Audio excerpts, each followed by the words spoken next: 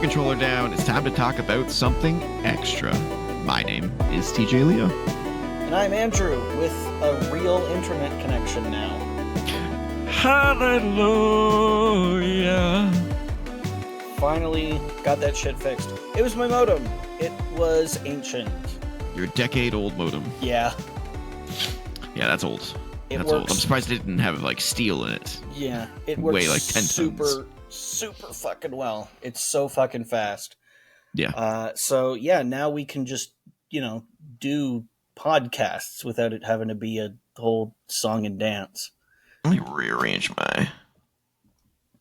That's better. Okay. You gonna rearrange your face? Rearrange my face. Okay, no. Today we are ranking console designs. So yes. Physical console designs. This is we did a separate episode for controllers and how good they function, how good they look. In this case, we are ignoring the controllers and looking solely at the console itself. We have a gambit of consoles to go through here. From all of the times.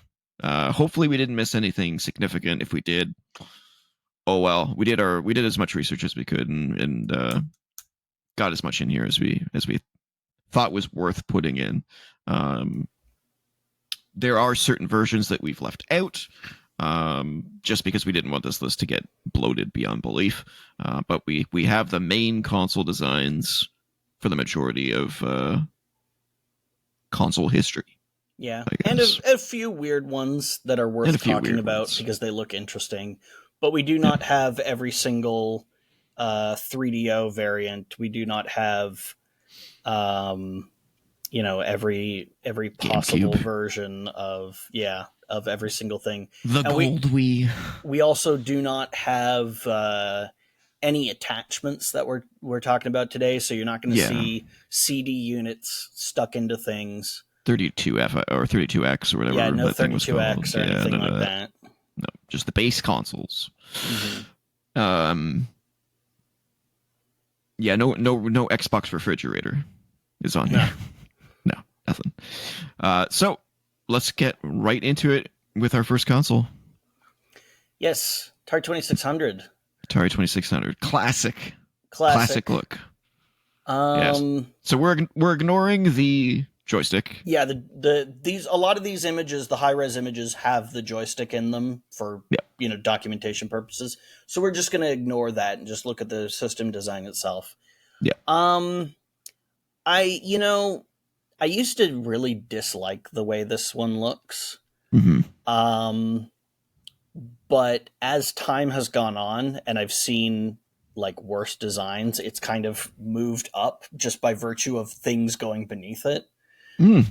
I like that vintage wood look, man. I've always kind of hated wood paneling on stuff.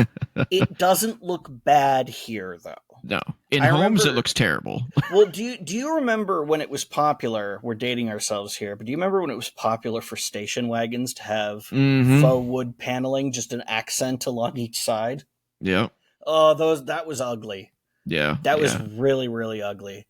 I remember when like basements had wood paneling on the wall. The basement in my mom's house has wood paneling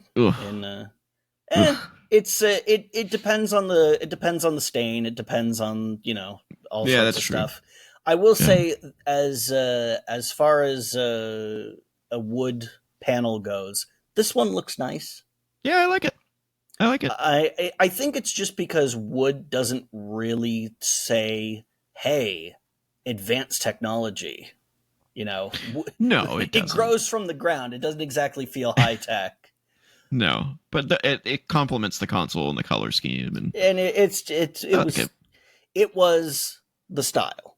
It was of the time. Yeah, I do like how the controllers plug into the top. That's kind of interesting instead of the front. It's kind of interesting, but it just means that you have shorter, less cord. Yeah.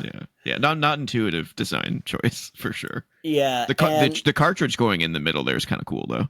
Yeah. It's it's a little bit easier to take out because it's kind of raised up and towards you. So if you've got it tucked into like a shelf, like I tend to have, Yeah. That actually makes it easier. I have a 4-quadrant shelf that my dad built that is still sitting over there after, I don't know, like Mine's kind of like that too. If you see in the years. background, it's Yeah. like little quadrants of little sections. Yeah, and I can't tell you how many times I slammed my hand Yeah, pulling it out because like I pulled it out weird.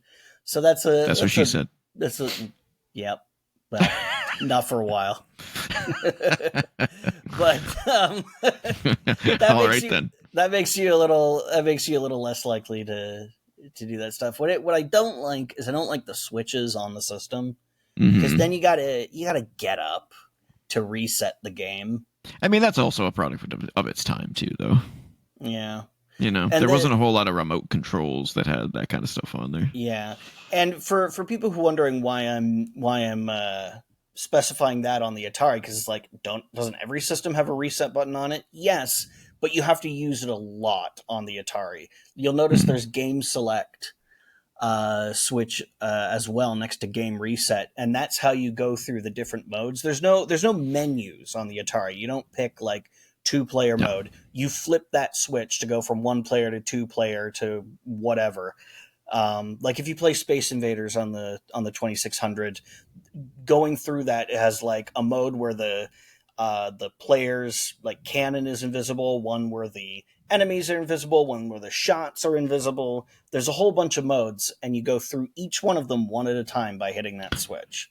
Reminds me of when you had to press select on the controller on certain consoles to navigate the main menu. Like you would press select and it would go down. Yeah, you couldn't just use the D-pad. Yeah.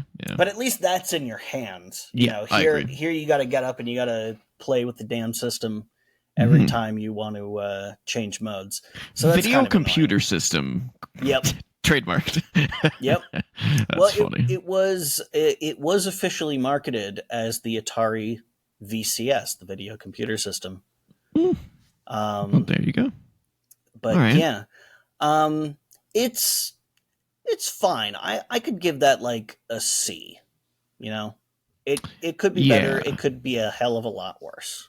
I would agree with your C. I can't put it quite in D. It's not that. No, it's not terrible. Hideous. No. Let's go with that. All right. The next one. Yes. Here we have the 5200. The 5200. Again, we're ignoring the controller, and we are also ignoring the infamy of the system and just commenting on its physical design. Yeah. It's okay. It's okay. Yeah, it's nothing special. It looks a little more high tech because it doesn't have wood on it. It does have 4 controller ports, which is nice. That is cool.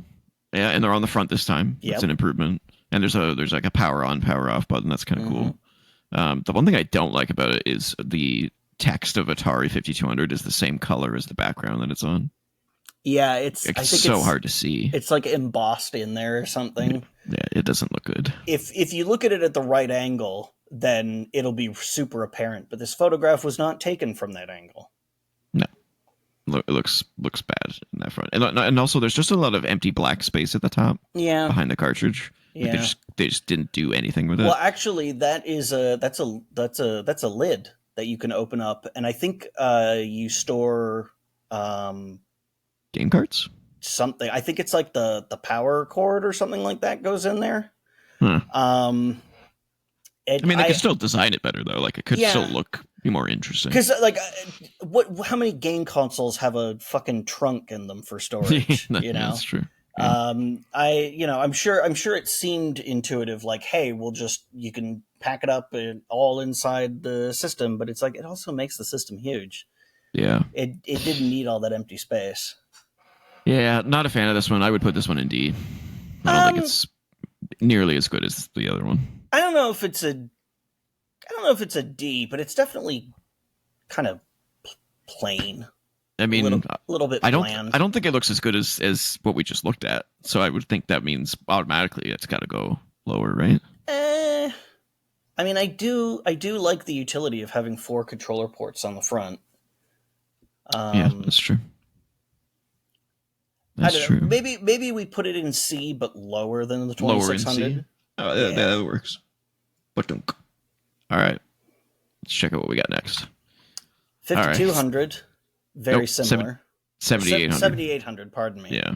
This looks better than the 5200. Yeah. I like the color stripe that goes across it. It gives it a little bit of a color, punch, and it just kind of looks a little bit more modern. Yeah, it's very clean. There's no sort of unnecessary space. Mm-hmm. You'll notice they've gone back to having those switches on the system. Yeah. But not switches. Not switches, buttons. They're buttons. Yeah. But that's because this is backwards compatible with 2600 games, which the 5200 was not. Which I think was a big problem with it. Yeah, it was not compatible with 5200 games, though. But, so few people bought 5200 games that it doesn't seem to matter.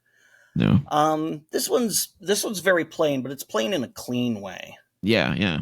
Controller ports on the front again. Yeah, I like it more than the 5200 for sure. Yeah. I don't know if I like it more than the 26. I would say that I do, just for the utility of the front-facing controller port. True. And it is a little bit more timeless, I think. Yeah. Without that wood paneling. Yeah, the wood paneling says this is a product of the late 70s, early 80s. This one is this could be from any time in the 80s to up to about the mid 90s, which I guess is still ancient by today's video game standards, but I think it still holds up. It doesn't focus it in such a specific moment in time as the wood paneling. It also looks a lot smaller. It's a bit smaller. Yeah. All right. Well, to the top of C? Yeah. There you go, little guy. All right, what do we got next? Next we have the Jaguar. Again, we're not commenting on the controller. Or definitely not. I'm trying to ignore it. The quality of the games. Also, I have to mention, because it has to be mentioned anytime somebody talks about the Jaguar, especially the system design, this shell was reused for dental equipment after Atari went out of business. Wow. I think they either sold unused shells or the molds themselves for the plastic injection molds for the shells. Because I think it was actually the molds that they sold, because making injection molds is actually very expensive. So if you can use existing molds to fit your components inside, then you would do that. So there are I think it's part of an X-ray machine, like the part that goes on the wall, like the control unit or something. Yep, it's in a white, very Jaguar-esque shell because it's using part of the shell from it. But anyway, as for this, I'm trying to think of what I think of it. I don't know what I think of it. So the divot in the middle there is so weird. Is for the CD attachment. Which is why it's there. They should have just not done that and just had it be a CD system from the very beginning. Yeah. Because the depression in there looks stupid, and it looks even worse with the CD unit stuck in there. As the Angry Nerd famously pointed out, it looks like a toilet. I think I remember that. Yeah. I mean, I like the colors of it. I like the red Jaguar logo. I don't necessarily agree with it with its placement. It's a little strange being off to the left. Yeah, If they had something if they had the Atari logo on the left or the Jaguar logo on the right to that would have been more things out. Yeah, would have been more symmetry there. Yeah. Or if they had, I mean, obviously we're getting theoretical here, but if they had made it just a CD unit right there with a lid, they could put it on the lid. Yeah. What is is that a power light right here? Yes. Okay. Do you know what color it lights up? I do not. If it lights up red, that's cool. I think it does. I've only played a Jaguar once. You know what? I can look it up right now. Yeah. If it lights up green or blue, Death Note. That kills it for me. That's just stupid. Got to go with the color scheme of your console. Yeah. So I'm actually going to bring up the AVGN video and see if he's got a shot of it turning on. Let's see here. Got to get through the intro. Putting in the game. Oh, he just goes straight to the game footage. Okay. I don't know, but I'm going to assume, based on the era that it's from, it's probably red, because red LEDs were cheaper back then than any other color. Yeah, I'm looking it up on Google just to see if there's an image of the color lit up, but like, oh, it's green. Oh, it's green? Yep. Minus 6 points. Oh. Minus 6 points. Come on, guys. That's just terrible. I know they might think, oh, it's just a green light. Who the fuck cares? But it's red branding right there. Do we have our first D? I think we have our first D. No, I don't think that's enough to ding it as a D. Not just that alone, but just the rest of it. I mean, it's just like the logo, the Jaguar logo's on the left. There's nothing on the right. Yeah. So it's off balance. It's got this weird divot in it that's designed for a thing that should have been inside the console to begin with. Yeah. I don't know how we can get lower, without being trash. And it's not trash. It's just not good. Trash. I don't think it's a D. I think it looks mostly okay. But that depression in the middle definitely brings it down. I would say that it at least looks more interesting than the 5200, but I wouldn't say it's as aesthetically cohesive as the other Atari systems. So I'd say stick it in between the 26 and the 52 there. Oops, wrong monitor. I got too many monitors, ladies and gentlemen. All right, what we got next? Wow, the Odyssey one. Yeah, the Odyssey. So I've already talked about how I feel about that controller. Which is horrible. Where does the cart go? Right in that little there? It's just a little card that connects. It's just like a little circuit completer because the games are all built into the internal logic. Oh, so and we got the controller in the back too. There are no new games for the Odyssey. There's just what it came with, and that's it. Oh, okay.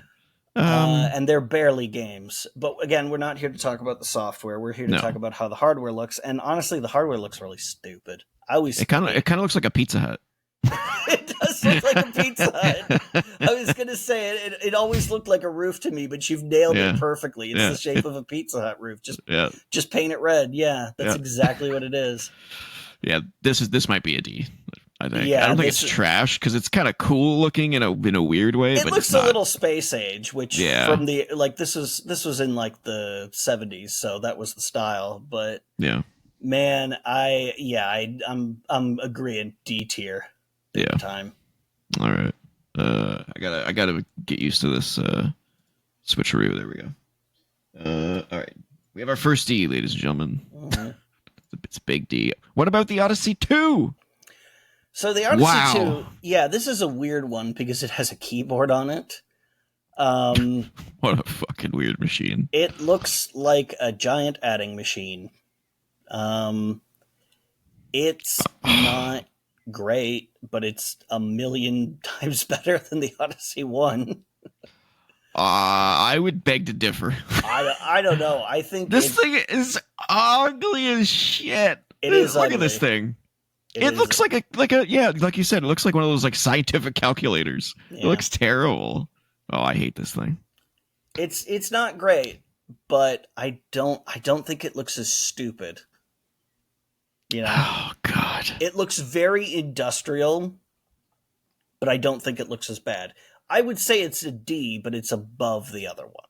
Oh my God. That's crazy. Okay. Meet me in the middle, put it behind it. Indy. Because I would put it in trash. Okay. So I'm coming up. Okay. So you got to go down. All right. We'll compromise here. Okay. Right. Okay. Yeah, I can't believe that that's a console. That's so stupid. Yeah, it looks like... Is that the cart holder right there? Yes. Okay. Yeah, fucking just crazy. That's just so crazy. Yeah. Oh, that's the controller. I'm not going to talk about the controller. Okay. Yeah. All right, what's next? Intellivision. Wow. Yeah. I thought the 2600 looked straight out of the 70s, 80s. Yeah. This is even worse. Yeah, oh man. I'm not sure how I feel about this one. It looks like a phone. It I'm not does look. even. Yeah, it looks I'm a not even lot like a talking about the phone. controller. It does. It looks like a phone base that you put your phone on. The kids aren't going to know what we're talking about, but it used to be that you had phones that you like picked up a receiver from, and they were connected by that kind of spiraling cord. This looks like one you would mount on your wall. Yeah. Yeah. I don't like this one at all. I think it still looks better than the 5200. What? Oh God. Well, I mean the brassy color. I don't know. It's that brass makes it look so bad. Yeah, if it had like, I get why it's there. It's to act as another accent color, but it looks kind of. Yeah, I would put it below the 5200 personally. I don't. That 5200 at least looks modern in some way. Yeah. Okay. Yeah. Below the 5200. All right, we're out of the realm of Atari, and we're into the 3DO. Even though you can't tell. Yeah, this is the only 3DO that we will have on this list today. But I think it's the best looking one. It's not an amazing looking system, but I think it looks like a VCR. Yeah, well, it was designed to look more like a high end piece of AV equipment, and it had a price to match.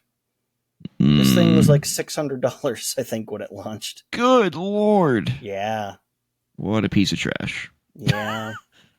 I mean, it looks not bad. The only thing that I would take points off of it for is the fact that it doesn't say 3DO anywhere on it. Panasonic Reel. Like, why isn't it called the Panasonic Reel? If you zoom in, you could just barely see that it says 3DO Interactive Multiplayer. But the only reason I can tell you that is because I know that it says that. Wow, that's where you put the name of your console. It's there. Yeah, and the big reel in big letters that doesn't and on the mean top. Anything. Yeah, that's so stupid. Oh, there, yeah, it says it right there too. Yeah. This should be 3DO, and that's it. Wow. I mean that takes points off of it. Pretty major points, I would say. But well, you know what takes more points off of it? What? There's only one controller port there. Ooh, that's a big no-no. Yeah, I think there's a second one in the back or something, but that's the worst design I've ever heard of. Yeah. Look, that says controller. Do you daisy chain those? I forget. It's been a long time since I handled a 3DO. Let me look it up. Oh, there's a 3DO logo here too. So it says 3DO in 3 different places, except none of them are like in your face. Yeah. Yeah. Why is this? What is it? Why is this say access right here? Oh, that's a disk access light. That's telling you it's loading. Oh, wait, a disc? Yeah, it uses CDs. So this isn't like a thing that you push in, like a VCR? No, that's a disc tray. Pops out. Oh. Okay. Why does it look so thick? Why does it look so thick? I don't know. You daisy chain the controllers. I just had to double check that. Oh, well, that's terrible. There's a port on the controller. I wasn't sure if it was that or the CDI, so I had to double check. It is, in fact, the 3DO. So you have to plug a second controller into the port that is somewhere on that controller. I don't know where it is. Probably right here. Probably. Yeah. Good Lord. Yeah. And then, we have an open and close, which is for what? For the disk tray. Oh, this pops out. That's right. Yeah. It is right. And then this powers on and off. And what's over? I saw something over here. What is this? AV expansion. Yeah, that's like some kind of expansion bay. I don't know if it ever got used. Maybe like a memory expansion or something like that. Oh my God. Okay. Where do we rate this? We gotta keep the train moving here. Hmm. I'd say it's a high C. Even though it doesn't have the name of the console in bold anywhere. That's a bad thing. And then think about how daisy small chaining controllers. That's a stupid idea. But that's technically. Do we judge that as part of the controller or as part of the system? I mean, it's lacking from the console design. That is true. So I mean, the visual design of it is okay, but those 2 points really bring it, like, especially the name of the console not being like kabooey all over it. It should be pretty obvious what the console is, but instead they're like, make sure you put Panasonic on it. Yeah. I mean, I think it looks nicer than the Jaguar. I'll say that's where I was kind of thinking. It was right above the Jaguar. Because I really like that Atari 2600 look, and it's definitely not better than the 7800 or whatever that one's called. Okay, we'll put it ahead of the Jaguar then. Okay. Now this one I was super excited to take a look at because I haven't seen this before. Yeah. The Apple Pippin. Yes. What the hell is this? This is so cool. So this was an attempt by Apple to collaborate with other companies. This one, I believe, is made by Bandai. And it's supposed to be like a multimedia and gaming machine. See that. Yep. Yeah, we got play and stop and volume and fast forward and rewind, eject. Two controller ports, it looks like. I'm not sure what this is. Is that a light? But then the thing below it would be a light, wouldn't it? Oh, maybe it's a port. Yeah, I'm not sure what that is. Oh, you know what it might be? It might be one of those big headphone jacks. Like the big gold ones. Yeah, the big auxiliary jack. Yeah, it could be one of those. Because oh yeah, it is. Because look, there's a headphone. Headphone volume. Right, yeah. You got it. There we go. And what's it say here? Pippin Atmark Advanced Technology by Apple Computer. Not computers. Okay, interesting. And what do we got on this side? Power PC. Yeah, that's the processor type it has. Then we got some venting there. Yep. I like the Pippin logo. Yeah, it's cute. Yeah, it's kind of cool. We're not going to base it off the controller, but look at this controller. What in the name of God? This is like a mix between a Super Nintendo controller and like the PlayStation 3 Boomerang. The PS3 Boomerang. Yeah. Like, what the hell? Dude, it's got trackball in the middle. Yeah, it's pretty terrible. And what is this? What is that? I think those are like pause and menu or whatever keys. Oh, stop. Yeah, they could be. Well, you know what? I hate to say this. I kind of like it. The controller or the system? Both. Really? You kind of like the controller? Look at that D-pad, dude. Yeah, that D-pad looks terrible. I don't think playing with it would be cool. I think using it would suck, but it looks cool. I mean, it looks kind of You know what it looks like? It looks like the imaginary made-up game controller you'd see on a TV show. Yeah, it really does. It's a moon shape or a banana. Yeah. But the console itself, yeah, I mean, I like it. It's kind of neat. Yeah. The only problem I have with it is it screams that 90s PC tower color. Yeah. You know? Yeah. Which is not timeless. No. It's very, very of the time. Mm-hmm.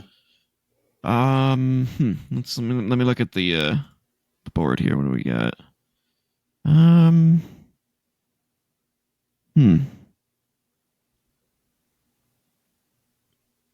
I don't, surprisingly, even though I'm around the 3DO. Where are you thinking? I'm around the 3DO. I don't know whether I'm before the 3DO or after the 3DO. That's kind of where let's go back to the image. Let's go back to the image, yeah. I don't know. It looks kind of neat. We need to have a name for the producer of the show who doesn't exist. Bring the image back up, Charlie. Yeah. It's got 2 controller ports instead of 1, and no daisy chaining. It's got a headphone jack. That's first. Yeah. It's got some multimedia capabilities, apparently. Mm-hmm. I'd say it looks better than the 3DO. Now, do you think that it looks better than the Atari systems? No. No. I think they just look so classic. You know, like the Atari 2600's got that such classic look to it, and the 7800 just, I like that rainbow strip across the silver. I think that just makes it look really sly. Okay, well we can put it ahead of the 3DO. Okay. All right. What do we got next, ladies and gentlemen? Let's find out. Okay. I see where we're going here. All right. The Amiga CD32. So I've never seen this one before until today. Let me take it in. For a second. Sure. Can I take in the controller actually before we get to that? Sure. Go ahead. What in the name of Jesus is this thing? Yeah. What the hell? It looks backwards. Why? Yeah. It does, doesn't it? What the hell? And why does it have like a rewind and a fast forward button on the top? Because there are multimedia controls on it as well. There's a play pause button. Yep. What the hell? Because it's also a CD player. That controller is fugly. Yeah. Straight fugly. The console itself, not far behind. Yeah, it's very plain. Oh my god, it just looks. I don't even know, man. And this like headphone jack that's like extruding from the console doesn't even look like it's been completed. You know, it's like they threw it on there last second. Yeah, they didn't create the opening quite right. No. Yeah, this gigantic reset button. What is this? That looks like disk reset? access. Oh no, this is the reset button. Yeah. Oh, disk access. Oh, there's 2 buttons. It pops. So one goes down and one you pop it open to do the other one. I think that's what that is. So like this one's down right now because it's closed. So to pop it open, you hit this one, and then to close it, maybe you hit this one. Maybe that's what it is. Kind of hard to tell, but it does have a lip to pull it open. So who knows? Confusing. I've never played one of these before. So no. And then there's a volume button on the console itself. Well, yeah, for the headphone volume. Oh, is that specifically what it's for? Okay. Yeah. Yeah, I don't know about this one. I don't know about this one. Yeah, it's kind of fugly. It looks like 2 consoles got smushed together, and then it does. It looks like a tape deck got glued to a CD player. Yeah. I think we can comfortably call this a D as well. Yeah. I think this might be top of D. Yeah. I'd say. We have no A's, B's, or trash yet though. Well, they're all very boxy in the beginning, you know? True. Yeah, true. All right, where are we now? Let's see. Yeah, ColecoVision. So this one is also extremely boxy. I do like this one better than the Intellivision, though. Yeah, it doesn't have that ugly brass shit. Yeah, it's got sort of a silvery band on the front. It's got nice black plastic. I like the logo. It does, yeah. It does store the controllers directly in the system for convenience. Oh yeah, that's kind of cool. Like the Intellivision. It does say video game system instead of video. What the other one call it? The Atari video computer system. Video computer system. That is, by the way, to distinguish it from the Atom computer, which was another Coleco product. The ColecoVision is basically a compact Atom computer with only the stuff necessary to play cartridge-based games. So it's like, hey, if you only want to play games and you don't want to shell out the full price for an Atom computer, which is also kind of notoriously unreliable, you can pay like half price or whatever to get just the game system parts.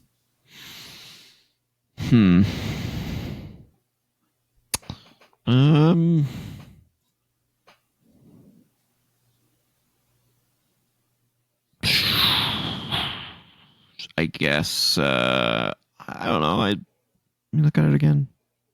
I'd put it ahead of the 5200 because like Yeah, that's where I storing was stuff in it thinking. looks like it's actually self-explanatory instead of like the weird compartment or whatever. Yeah, yeah, I'm good with that. I'm good with that. I cannot believe that the Intellivision's that high still. That's so funny. Okay, let's move on. Or not. Why aren't we moving on? Oh, it's because I'm not. Okay. All right, TurboGrafx 16. Yeah, TurboGrafx. So I have a lot to say about how this looks, but it's kind of going to have to come in contrast to what comes next. Okay. But yeah, so this is the TurboGrafx. It's the North American version of the PC Engine. It did exist here, and they sold it and games for it. But like, I What don't is remember. this? Oh, Why is that's there those are like clippers? turbo. Like if Oh you my! hold down the button. Like the name. Yep. I like the select and run. Yeah, because it can't be start. It has to be run. Oh my Run the god. program. D-pad doesn't look too bad. Eh. It's a little funky, but not too bad. All right, we're not looking at the controller though. Let's look at this thing. Yeah. Oh boy. Okay, what do we got? Power. We got a power switch there. Pad. Yep. Whoa, only one. So it Okay. would seem. I don't know if this thing has. That's a NEC. Yep. Oh, what's this say over here? I cannot make out that at all. What the hell does that say? Oh, something switch. Extension like ext switch or something. No, it's an A. It starts with an A. There's an A Oh, right here, then two other letters. I I don't don't know. know. And then this, I have no idea. This looks like an X. I have no idea. It's like Yeah. 3X. I don't No know. clue. This one I think is ugly. Yeah, it's I pretty don't like ugly. this one. Like, what is this for? Why is this Oh, here? I can tell you what it is. I can tell you what the text is. Oh, Antenna switch and channel 3/4. oh, ANT switch. Yeah. Channel 3/4. Yeah, Okay. remember when you had to through Oh, coaxial? right. I Yeah, just yeah. found a slightly higher resolution picture where I could just Yeah. barely make out the text. So is this for an add-on? No, that's for the games. The games come on cards, and you slide them in there. Oh, right here. Yep. Oh, a little clip there. Okay. Interesting. Hmm. I think we might have another D. Yeah, I think that's fair. It is kind of ugly. I'm thinking. Ooh, it's pretty ugly. I'm thinking right below the Odyssey, maybe, or Mm, above it. I would say above it because at least it's easy to tell where the stuff is instead of having to look around True. this fucking rooftop. The Pizza Hut. Yeah. Okay, that's fair. That's fair. All right. So this is the comparison point. That is the exact same system in about half the size. And while that looks ugly, that looks very clean. You know, No, I agree. it's extremely similar design, but it's like you chop the system in half, and now it looks fine.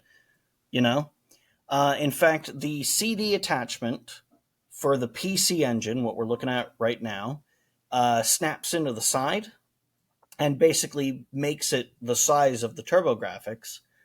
The TurboGrafx, the CD attachment is a square that goes in the back and makes it look like a T-shaped Tetris block, which is hideous. But this thing is cute. It's just it's this tiny little square that plays video games. And it's still only one controller. Yeah, it looks like it. What is this? The thing you said was for the attachment? I think it's GH. Oh, that's also CH. Oh, channel 1 and 2. Yeah, I got it. In Japan, they would use different channels. Gotcha. No, I believe the CD unit attaches to the left side, which we can't see. So What's this say? On, power, off. Okay. Yeah. The only thing I don't like is being able to see the chip board in there. I don't like that. But you're going to have a game installed in it to keep, even when you're not using it, to keep the dust out, so hardly matters. Yeah, my only problem with it is it kind of looks like a toy. Oh, I mean, it kind of is a toy. It plays games. I mean, yeah, but like toy-like, kind of like the Wii U looked, which we'll get to later. Yeah. It's not ugly though. I think it looks better than the TurboGrafx by a mile. I agree. I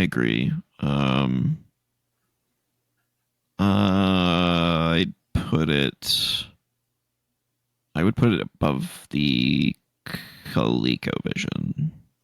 I think that's fair. Like just below the Jaguar. Sure. Okay. Some PC Engine fans are going to be really upset about us doing that, but we don't have to worry. Make your own list, bitches. We don't have to worry because there aren't too many of them. No. All right. So this is one of the ones we threw in for fun. This is the PCFX. This is Japan only. I love that it's a tower, like a little computer. I just think that's neat. Now, is that a good form factor for a game system? What the hell? I just realized it had 6 buttons, sorry. Yeah, 6-button controller right from the get-go. That D-pad is so bad. Yeah, that D-pad looks terrible. Oh my god. It looks like Triple H's logo from wrestling. Looks pretty bad. But we're not looking at controllers. We're looking at the system, and holy crap, this thing is crazy. Okay, let's see. So we got 2 controller ports. It's kind of cool. We got a push to open thing. I'm not sure what's in there. Those might be where the power buttons are. Power and reset, unless they're up higher. No, you could be right. Yeah, you're probably right. I don't see any buttons. The CD Unless drive. that's a button. I don't think that's well, maybe. It's kind of tough to say. Yeah, it could be. But then what else would be in there? Yeah, I don't know. The top is weird. What is that? That is the disk drive. It's a top-loading disk drive on a tower. That's kind of cool. Yeah. And that's the white thing is the switch. Push that down and thing pops open. What's that? No, push close. Disc. Oh yeah, there you go. Compact disc is on the bottom, I think. Yeah. I don't think I've ever seen a top loader on a tower anywhere else other than this, which I think is kind of cool. I think it's kind of a bold choice to make a system like that. I don't know how practical it is, but it's definitely not practical. I can tell you that just by having an Xbox Series. Yeah. the standing console is a bad idea. Most entertainment centers have horizontal sections even to this day. Says the guy who is standing up his PS5 in the background right now. Yeah, that's because that thing is a fucking beast and won't even fit into my horizontal console. We'll talk about that later. I don't know where to put this. It's such an anomaly. You know, I want to be indecisive. Yeah, I think it goes right next to the PC Engine. I just don't know if I don't know if it's better or worse. It's just different. Yeah, I think it's worse. I like the color scheme of the PC Engine better, and the fact that it's lying down is better. Okay, I think that's fair. Okay. All right, we're into some mainstream consoles that everyone should know, starting with... Oh, boy. Yes, now we of course have to set aside our nostalgia for this. Yeah, we have to look at it objectively like we have been so far. All right, so we got two controller ports. We got a power and reset. Controller ports that are meant to be vertical. Something you almost never see. We have a red power light, I believe. Yep. Yeah. Learn from Nintendo. Power reset. We got the flip open there with the cartridge. And I think we got some AVI cables and whatnot on the side. Which is a little weird that they're not on the back. Yes. That's a little weird. I mean, I'm trying to take my nostalgia out of it. Um, I will say that I don't like the front loader for putting games in. Yeah, I hate that as well. Yeah, it's not fun. If you just slid them in, maybe. But the fact that you have to push down on the thing, it's such a stupid, pointless mechanism that wears out. I had to have mine because I used it so much. The components in it came loose, and the cartridges weren't mating with the system correctly. Yeah. So I had to get it repaired, where they took it apart and then tightened up everything, and then it was damn near impossible to get stuff in and out until it had started to loosen up again. Just a simple top loader or even just a front loader, but without that stupid push mechanism. I hate that. Agreed. Thing. That thing sucks. Because of that, I would have put it in B, but because of that top loader thing and how much I hated it too. I would put it. Oh man, for whatever reason that 7800 just looks sexy to me, man. I don't know if I could put it ahead of that. Also, it's unnecessarily large. There's no reason for that thing to big. Be that big. It's huge. Okay, well, I'm thinking right below the 7800 because I still, as much as I like that wood, it does age it. Yeah. Whereas the Nintendo Entertainment System, you can it kind of stands the test of time visually. Yeah, it's just that top loader, that front loader that really sucks. Yeah, so that's where I would put it. If it had been considerably shorter, it could still have that same shape, because the sloped down to the base on the sides, that's kind of cool. Yeah. I think that looks kind of neat, but it's so tall. It doesn't need to be that tall. It's bulky. Yeah. And the fucking cartridge mechanism is such a pain. Yeah, okay. I'd say you could put it between the top two Ataris there. Okay.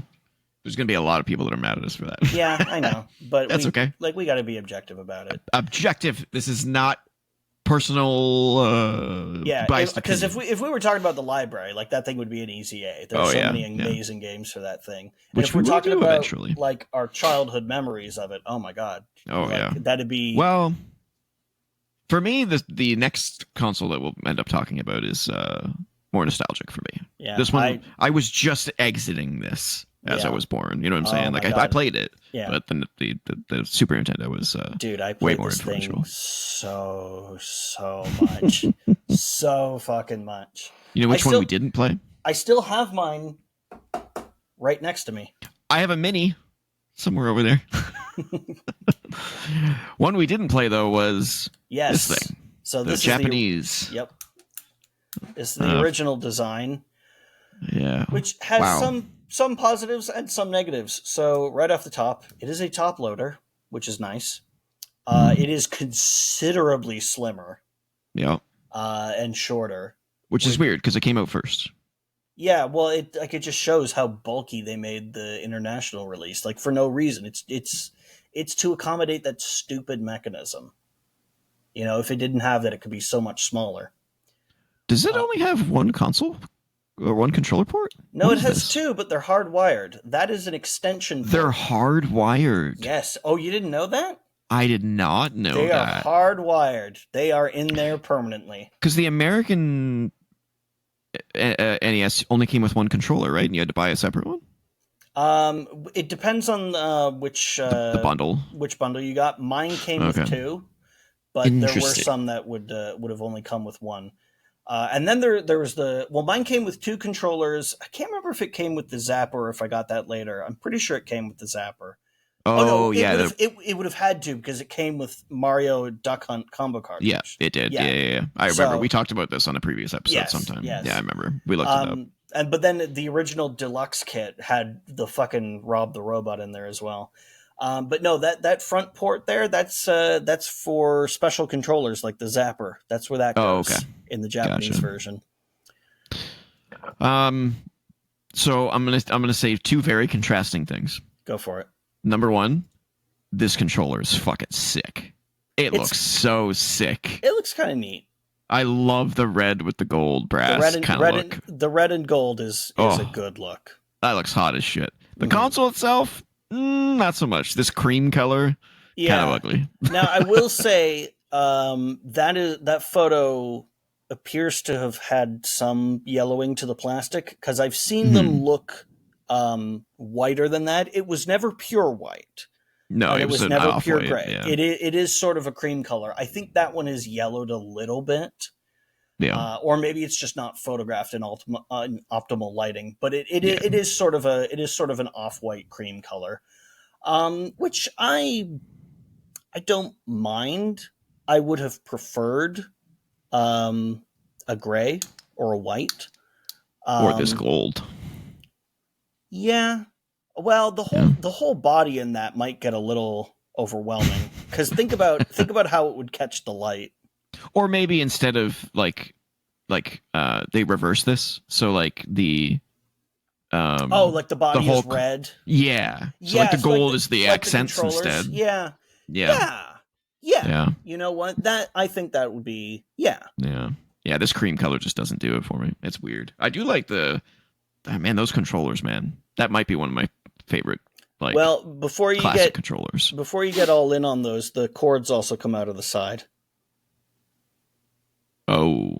You can see it on controller 1 there. Yeah, it comes from over here. Yeah, that's no, bad. I mean, it attaches to the controller on the left side. Oh, not out that's of the top. Real bad. Wait, why isn't there a cord in this one? Because it's on the right side of controller 2. Okay.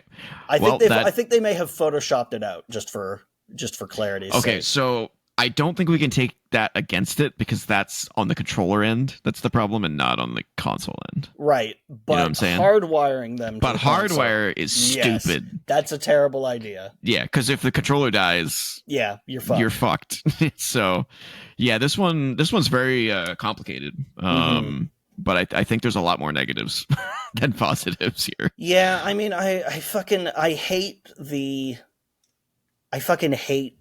like I said, the NES cartridge mechanism. I don't hate it as much as I would hate hardwired controllers. That would be nightmarish. That's worse. Because how like imagine trying to move it from one room to another. Like storing it, fine. They slot into the console very cleanly. That's cool. But if you're moving it around, the controllers are going to dangle down, like the cords.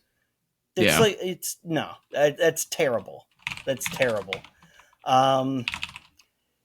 I just man, I wish we we do have a top loader. Do we have that in here? The revised NES? No, we only have these two. Shit. Damn it. Because that one's nice. That one is the nicest one. Gotcha. I should have checked with you if we had that one before we started, because that's the nicest one. Well, this one's gonna go. Oof, man, there's so many negatives. Yeah, the hardwired controllers are like, if it wasn't for the hardwired controllers, it would go way higher, because the cream color is a little bit egregious, off-putting, like with that much of it. But like, dude, I might be trashier. I don't know if it's trash. Hardwired controllers alone drops that so far for me, and then the color is just kind of ugly. I mean. That hardwired controllers, I can't believe that. That's so bad. It did come out before the NES. Were the Odyssey controllers hardwired? I don't remember. They might have been. If they are, then let's put it above the Odysseys. Let me look that up. Because if they're hardwired, not hardwired, then to me that makes them better from a console design. Let's see here. For those of you playing the home game, I have 2 new pieces of video game artwork on my wall behind me, which are probably so low res. Actually, no, you might be able to see what they are. But one's right here, and the other one's right here. Spot the difference in TJ's background. Spoilers, that's the only difference. Nothing changes in TJ's background. Come on, picture load. Oh, Jesus Christ. Don't bring up the website. Bring up the picture. Bring it up. Bring up the picture. I am not like Phil Spencer. There are no secret images. No secret consoles sitting in the background. Or are there? No, there's not. I can't tell because all the photos of the thing are from the fucking front. From the front. Yeah. Well, just Google, are Odyssey's controllers hardwired to the console? Just Google the question. Yeah. Magnavox Odyssey controllers hardwired to the system.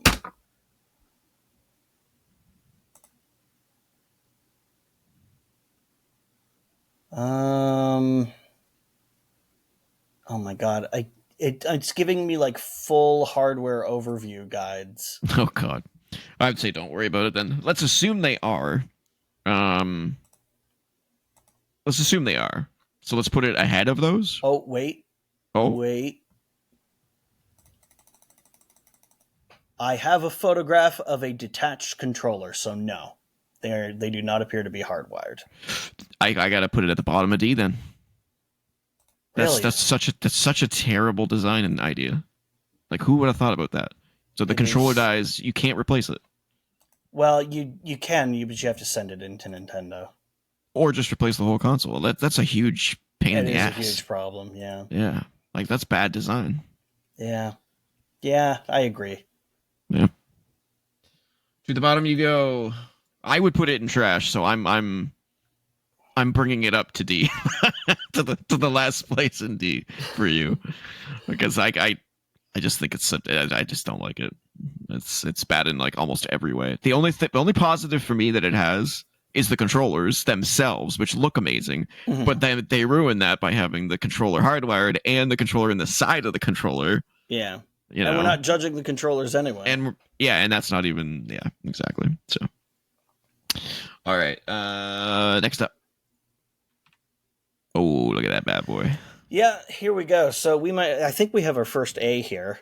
Because there's really nothing wrong with this. Like they do everything right.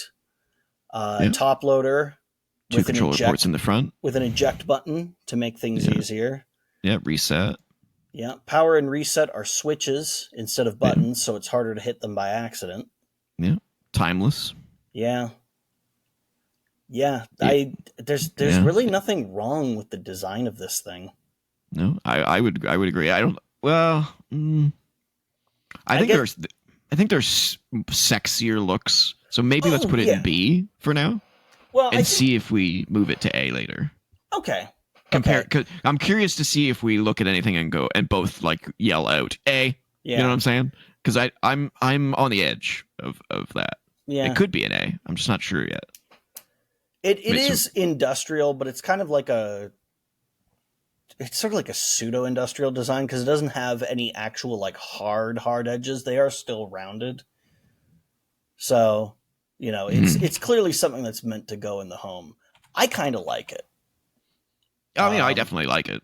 I mean, it's my console of my childhood. Yeah. But I would say for now, let's make it a safe B. Yeah. And we'll move it up to A depending on what comes after. Yeah. I think that's a safe bet. All right, which this one I'm kind of interested in because I have not looked at this next one a whole lot. Mm-hmm. Super Famicom. Yes. So the Super Nintendo Japan edition. Okay. Yeah, like it's also really good. Do I like it more? I don't know. It's definitely simpler, and I appreciate simplicity in hardware design. Let me go back and forth here. I don't like it as much as the American edition. There's something about the like the fine lines of it, and this one having this like weird like oblong curved shape almost makes it look like the front of a vacuum. You know what I'm saying, though? Yes, I do. I know exactly what you're saying. That, oh my God, that is so, you're killing it today. That's on the nose as well. And here, you know what made me sort of see that is, do you know the movie? Oh shit, what's it called? Brave Little Toaster. Oh yeah. So there's a vacuum in it that has eyes, and I saw these two buttons, and I was like, of course. So I was like, kind of looks like a vacuum. Oh man, when we started recording this, I did not think we were going to have a Brave Little Toaster reference. Now we're really dating ourselves. Yeah, yeah. I mean, I like it though. I don't hate it. No, absolutely not. I dig the sort of swoop design.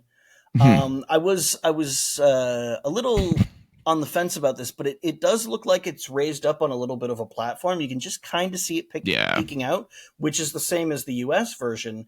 But I use that shape all the time for picking up the Super Nintendo, and it looks like the Super Famicom has it as well. So I like that. It makes it easy to pick up and move around, which is something I did a lot as a kid, like taking it to the cottage and stuff to play video games like over the weekend. I see our chat viewer is asking about the Phantom. We're only talking about game systems that actually existed. We're not talking about fucking vaporware. I think he saw something in the tier list that looks like the Phantom and mistook it for it. Dude, we could do an entire episode on the fucking Phantom debacle. That would actually be. We could do an entire list of crazy consoles that just never saw the light of day or did and just instantly failed, like Nokia. Oh, the N-Gage. Yeah, the Taco. Yeah. So one thing I like about the American version more than this, I mean, I think I like this one less in general. I think I'm pretty confident about that. But the one thing I like about it is the Super Nintendo logo looks really cool. Like it's very, very classic, and it's not really on here. You know, it's not like they just took Super Nintendo, like this logo here, and put it as Super Famicom. It's, like I love this logo. It looks really slick. And then you go to this one, and it's just kind of like the original Nintendo font, and then they have Super Famicom in this other text here. Yeah. And then they have a logo all the way up here. I don't like that. I part of me wonders if that's because this is the Japanese version and maybe they weren't thinking so much about English typography for the Japanese market. Who knows? I do know that they hired like an outside professional designer to do the international version, the Super Nintendo that we're familiar with. So that was probably his doing. Honestly, I like them both a lot. I wouldn't say that one is objectively better than the other. They're both really clean designs, and I think ultimately, as much as we talk about trying to ignore our biases, I think this just comes down to the fact that we grew up with one and not the other. Yeah, I'd put it here though. Yeah, absolutely. They're both really strong designs that belong right next to each other. Because even if you ignore the fact that it looks like a Brave Little Toaster character, yeah.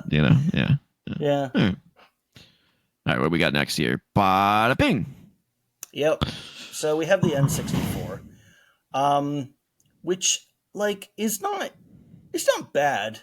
It's a little, I don't know. I always found the swooshy nature of it to be a little unnecessary. Like I get what they were going for. Because this was like, oh, it's this is the era of 3D games, so we got to have like a fancy 3D shape. I don't think they needed to, but I don't think it's ugly. It's just kind of it looks. You know what it kind of looks like? It kind of looks like the front of a turtle, a very square turtle. Oh no, it does. And here's the eyes of the turtle. Oh no, that just okay. All right. So we have a vacuum. Now we have a turtle. Yep. All right. Now we have to give it huge bonus points for having 4 ports for for controllers. That's huge. That's massive. But we have to. I think we have to take off some points for the terrible cartridges that he used with no but labels on the face. We're not judging the cartridges. We're judging the system design. We should do a video where we rate cartridge designs. There's not too many of them, though. There's not too many of them. That'd be a short list. It'd be, yeah. I agree with you. The lack of end labels is a pain in the ass, but it's not what we're talking about here. No. I don't know. Man, that 4-port thing on the front is a real game changer. Yeah, it was the multiplayer machine back in the day. Yeah. Like, tell me how long you went back in those days between like 4-player GoldenEye matches. It wasn't too long. Yeah, and Mario Kart. Yeah, like it was a pretty regular thing. Perfect Dark. Yeah. Everybody brings their controllers. Diddy Kong Racing. Yeah, Diddy Kong Racing was a great one. Yeah. I'm debating whether this is at the top of C or the bottom of B. I'm thinking the top of C because the console itself was kind of just me, but that 4-port, man. The 4 ports are pretty strong because there were a lot of games that took advantage of it. Like we saw 4 ports on the 7800, but like I don't know how many games actually even use those. Yeah. But on the N64, there's tons of them. Yeah, and they're good. Yeah, they're all pretty good usually. Yeah. What are you thinking? I think we can put it at the bottom of B for now. All right, I'm cool with that. All right, next one. The GameCube. So this is a weird one because this is a weird one. On the one hand, I really like the GameCube in terms of its design. I do not like the handle. Yeah, what a stupid idea that was. Yeah, the handle. We've talked about this before. The handle is way too small for anyone who isn't like a 5-year-old to get their hand in there. He's getting his GameCube. It should have just been a lip molded into the back of the system instead of an entire piece of plastic sticking out. Why? Why? Yeah. Why? But other than that, I really like the design of the GameCube. I know it's obviously very boxy. I mean, they fully acknowledge that in the name. But it's also it's super compact. You know? Yeah. I have mine here as well. Let me see if I can. That popped open. Okay, yeah. So I hate to admit this, but I did just use the handle to pull it out. Oh God! Oh God! Oh, hold on a second. I'm gonna send you a picture. Oh God! It's so dusty. Oh, I can imagine. The game that is in the console is Skies of Arcadia. Of course it is. Yeah. One of the best RPGs of all time. Fight me. Fight me. Oh my God. Oh, that's so dusty. I didn't think it would get that dusty being in the place where I had it stored. I didn't think dust could get in there. All right, let me let me attach this to a message. You know what? One thing I noticed about the picture, this is like a classic picture of the GameCube, is why is the memory card black? Every memory card I've ever bought from them is the same color as the faceplate. That would be the high capacity memory card, which is black. Of course, they got to advertise that on the on the images. Oh God, it's so fucking dusty. I can barely read the GameCube logo on the front. Oh, you mean on the top? On the top, yeah. Yeah. Yeah, it's a nice design, though. Did you get the picture? Oh, did you text it to me? Yeah.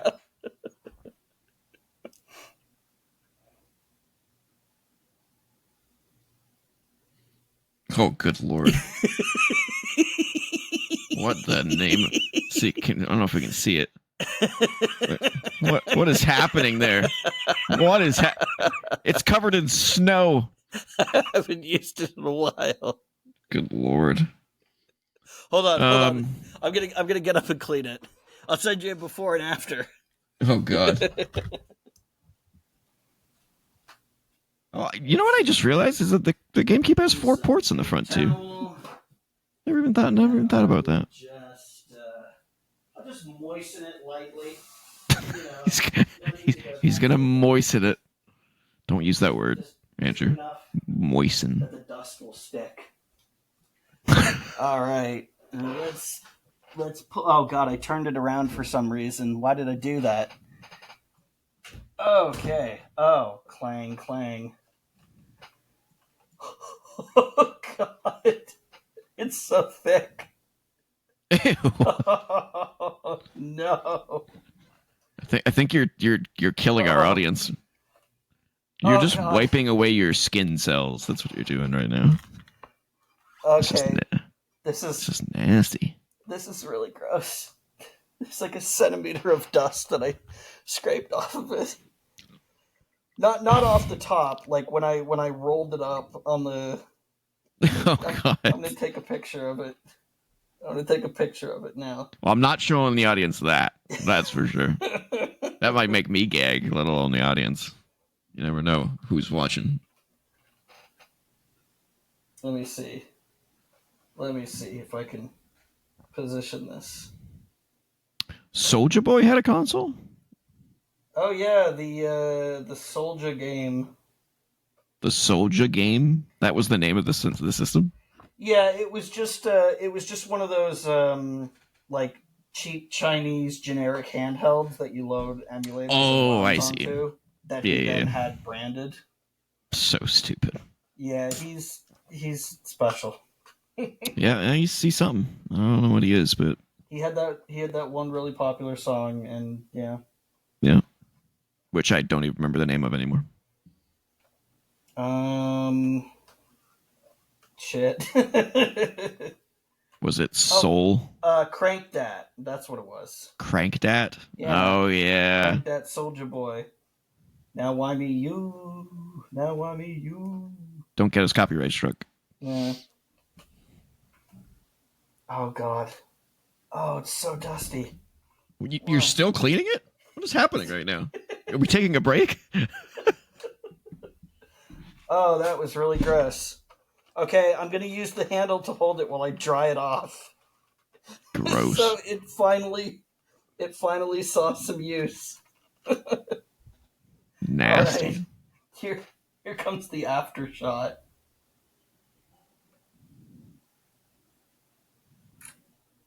We have one of those on the list. Okay. So somewhere. Oh God, there's like huge clumps of dust stuck to me. Gross. Well, at least it's your skin. All right, sending. Oh.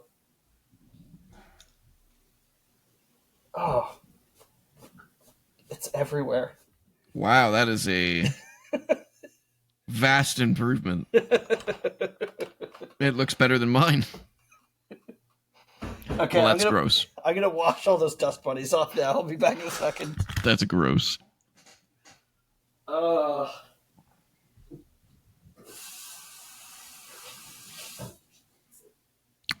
I did not remember that. Did not remember that.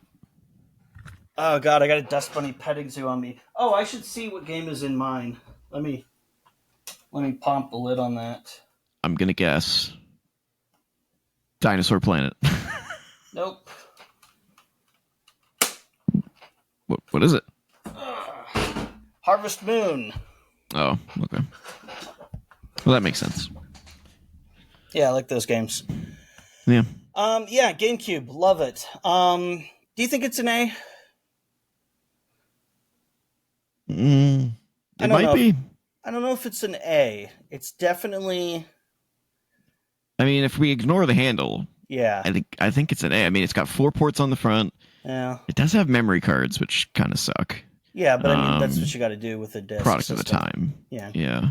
I do like the fact that it has these little rubber feet on the bottom. Mm-hmm. Very underappreciated. Yeah. The mini discs were what they were, but yeah. I like the light. It might be an A. I mean, we could probably put it next to the Super Nintendo for now. Sure. And do another sweep when we get to it. It's another close to A. Yeah, you know. for sure. All right, let's see what we got. Well, yeah, I would put it above it right now, personally. All right. I think it's pretty. All right, what we got next? Oh boy. So I actually like the way this looks because it's so compact. It looks like a disk drive.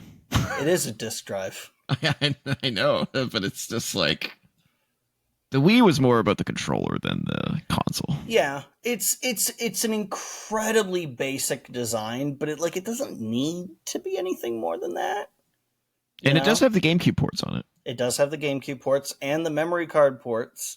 Yeah, all in that. That's pretty impressive to be able to cram all that in a small space. I would put it right, but man, it's kind of plain Jane. It is incredibly plain. Let's put it. Okay, but here let me ask you this. Yeah. What if it was in black? Because there's a black version. Well, yeah, it's called the Wii U. No, but there's a black Wii as well. In fact, it was originally shown off in black. I mean, it doesn't change the aesthetics of the console itself at this point. I don't like the stand. I wouldn't fuck with the stand. I'd just get rid of that shit. I used it. I don't know.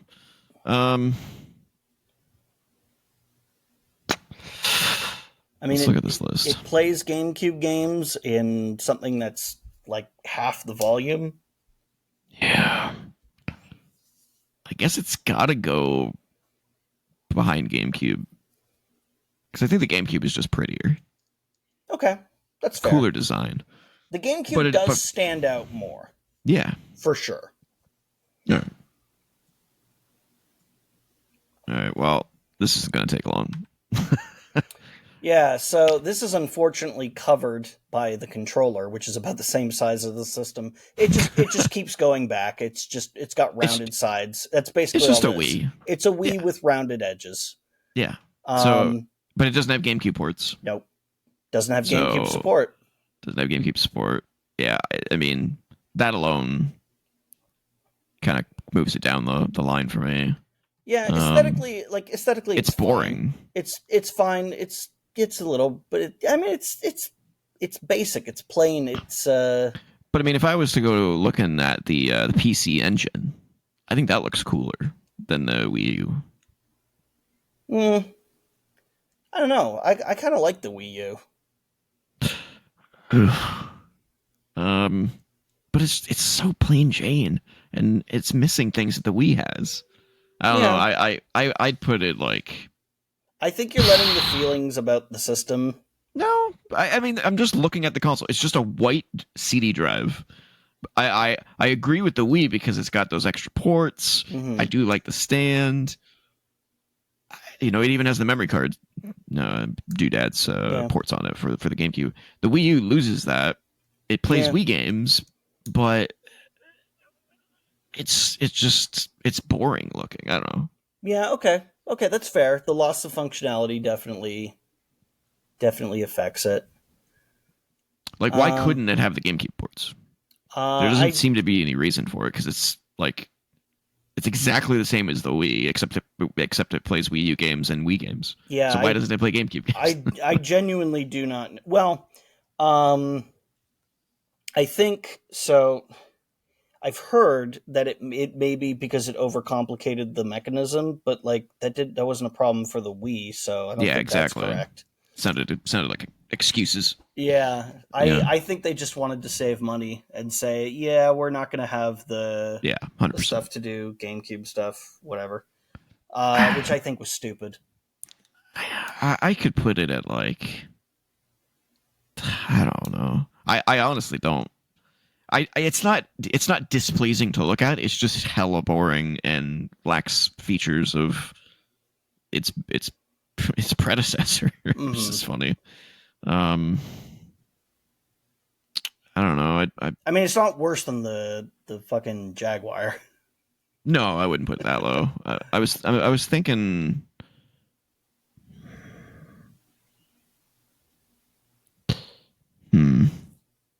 I'm thinking right above the Pippin. Okay. Well, maybe below the Pippin, because I kind of like the Pippin look. The Pippin is kind of cool looking. Yeah.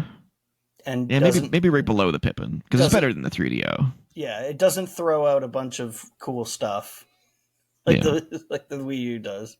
Yeah. Okay. Let's do that. Okay. So let's go right. Whoops. Right there. Oh, look who's come to join us. Oh, no, he's running away. Never mind. Dante. There he goes. All right, let's get back to the next one. Boom.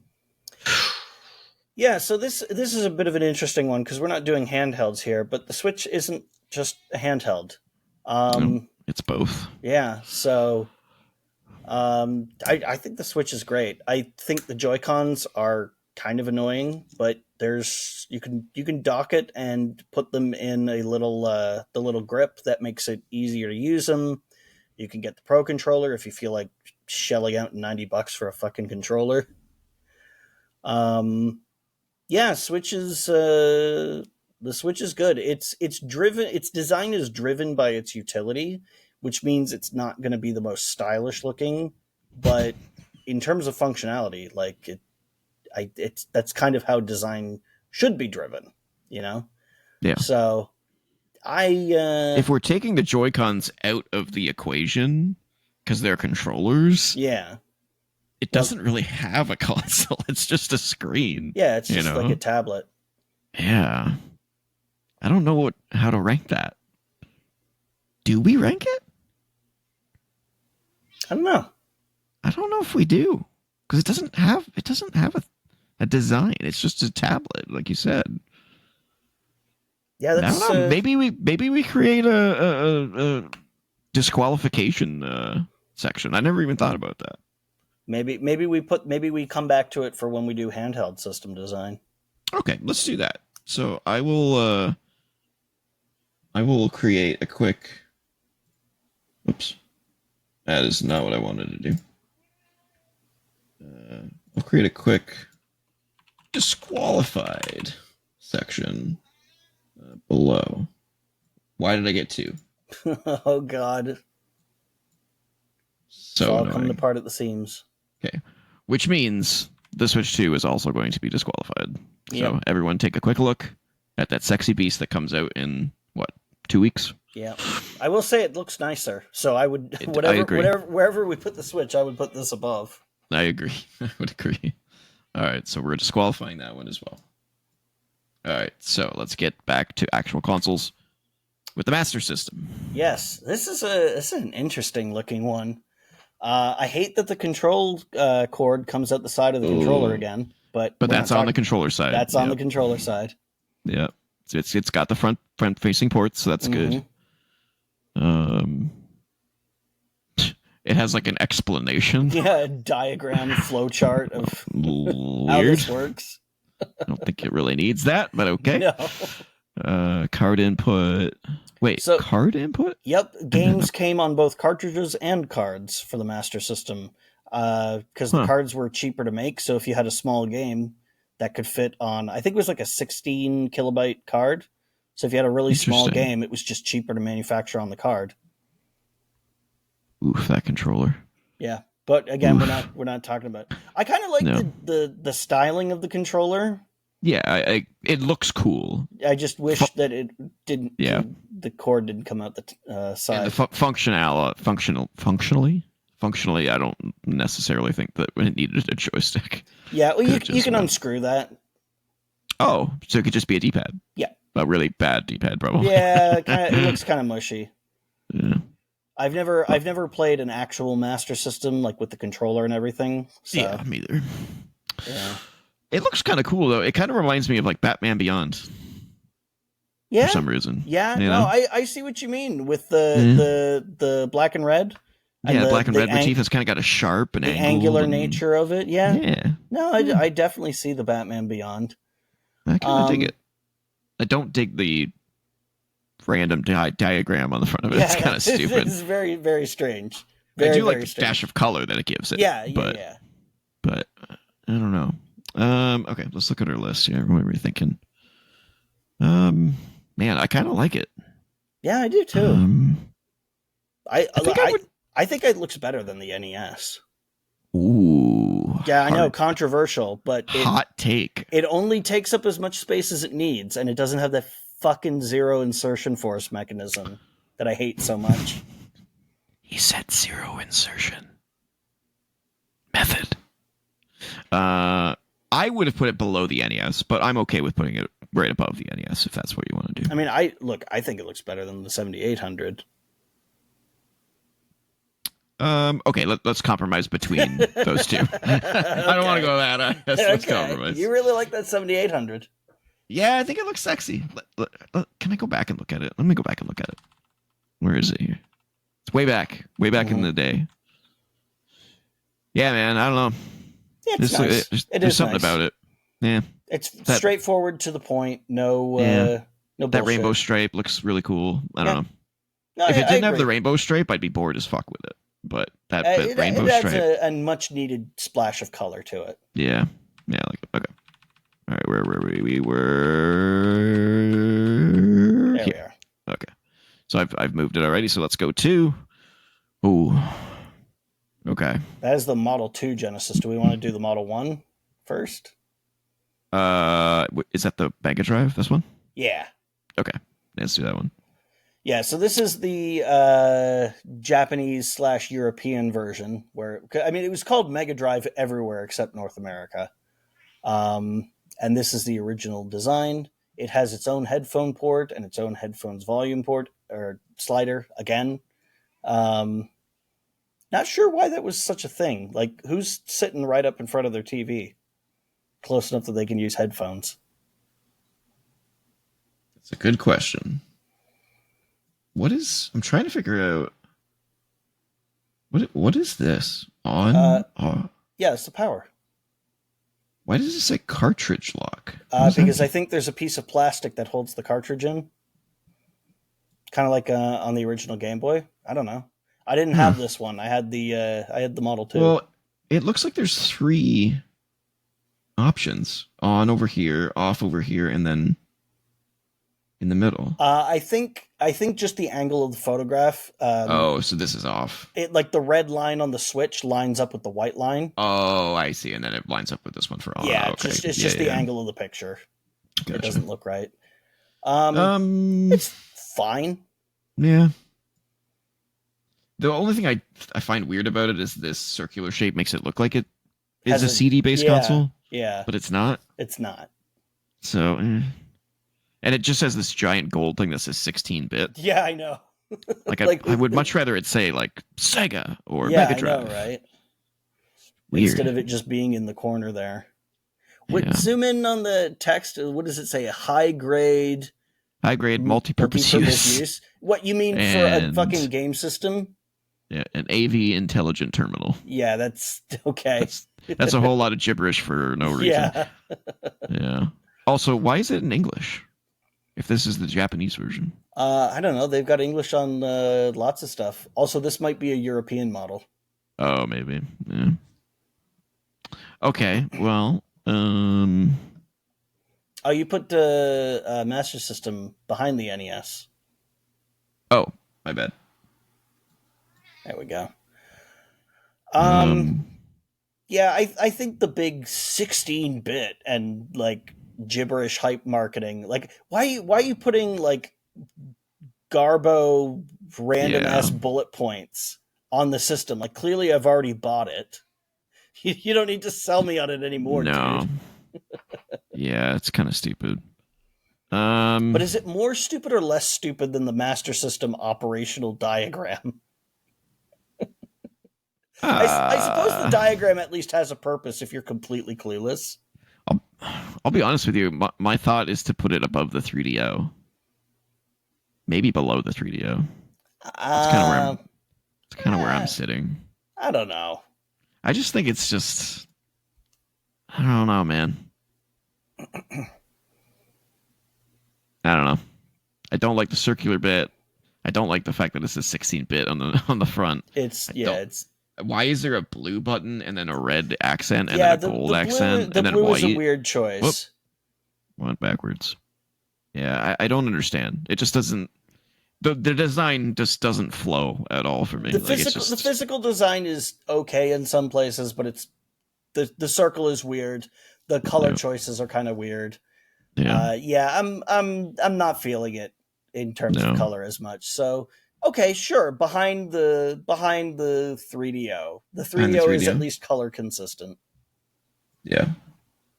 Even though it doesn't have a logo on it either, a real logo. Yeah.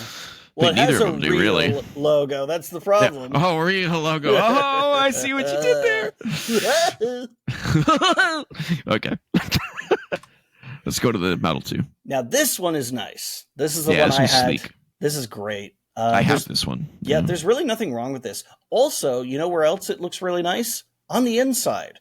Super simple, elegant circuit board on the inside. No crap stacked up on like multiple layers. It's just one just one circuit board. It's great. It's super easy to take apart and fix and put back together. Yeah, I don't have any problems with this one at all. Yeah, like this. Honestly, this one, I'd put this up with like the Super Nintendo. Like it's super clean and sleek and nice looking. Like it looks futuristic and high tech. It looks cool. I'd put it right before the Super Nintendo and above the Super Famicom because it doesn't look like a vacuum. That's where I would put it. Okay. Yeah. Okay. Dunk. Yeah, sorry, one, right? Yeah. And then the Model 3, which we got a preview of. Yeah. Yeah, this one's kind of weird looking. It looks like the front of a car. It does look like the front of a car. It's even got the part where you'd have the headlights raised up, like on a Ferrari. Yeah. Oh, man. Yeah. Which could be cool to some people. Which could be cool, but the front of a car looks best when the rest of the car is attached to it. And also, they call it the Genesis 3, but it's just the third model of the Genesis. Yeah. It's not like it's not like a new console, so it's like it's a little misleading. Mm-hmm. Yeah, I don't like it. I don't like it as much either. I would say that it's probably a better design than the Model 1, maybe, just because it's more compact. Agree. Yeah. Just without that logo. God, yeah, the logo. Like this is the first one that has this giant Genesis logo, on the front in plain sight. Which is where it should be, but the 3 is unnecessary. The 3 is completely unnecessary. There wasn't a 2 in the Model 2. Yeah, if it was like Genesis Mark II or Genesis Mark III or something, then it'd be fine. There's the Genesis logo. Yeah. Yeah, also, I do take away a point on this one because if you're looking at it from the front, you can't really see the Genesis logo. The cartridge completely blocks it. Yeah, it should have been like in here and like or between the controller ports and the button, like the power and reset buttons. That'd be another good place for it. Yeah. Yeah. Because then you have Sega, Genesis. Yeah, behind it. That's such a. I've always thought that was a weird placement for it. Maybe we should knock it down a little bit because of that. Maybe it's too high. No, it's not worse than the vacuum. Okay. Well, the 3 is definitely worse. It's not a B tier. Yeah. Maybe just below NES. Well, I think the Atari looks better. Oh, okay. I'm cool with putting it lower. I was trying. Honestly, I thought you were going to put it higher. So no. Okay. I would say. Honestly, I don't even think it looks as good as the 3DO. Okay, but you think it looks better than the Model 1? I think in terms of like physical functionality, because it is smaller, more compact. But it doesn't like it. It looks kind of stupid. I don't know. Maybe we'll put it there then. Yeah. I'm okay with that. You know what? It almost looks like it would fit in the empty space in the fucking Jaguar. It does. Maybe that will complete both of them, and they'll look cool. There you go. All right, let's zoom out of this one. Yeah, and we're going to Sega Saturn. Saturn. Ooh. So I haven't seen this one either. Really? Yeah, you'd be surprised how many consoles I haven't seen. Well, I'm very familiar with like the mainstream popular consoles. It's the ones that took a back seat. Yeah. That that I haven't seen. So I'm going to say something controversial here. Uh-oh. I think this looks cooler than the PlayStation. Ooh, ooh, hot take. Okay, hold on. Let me do a little analysis here. Okay, so we got Sega, we got the two front controller ports, we've got an open for the CD drive, reset power.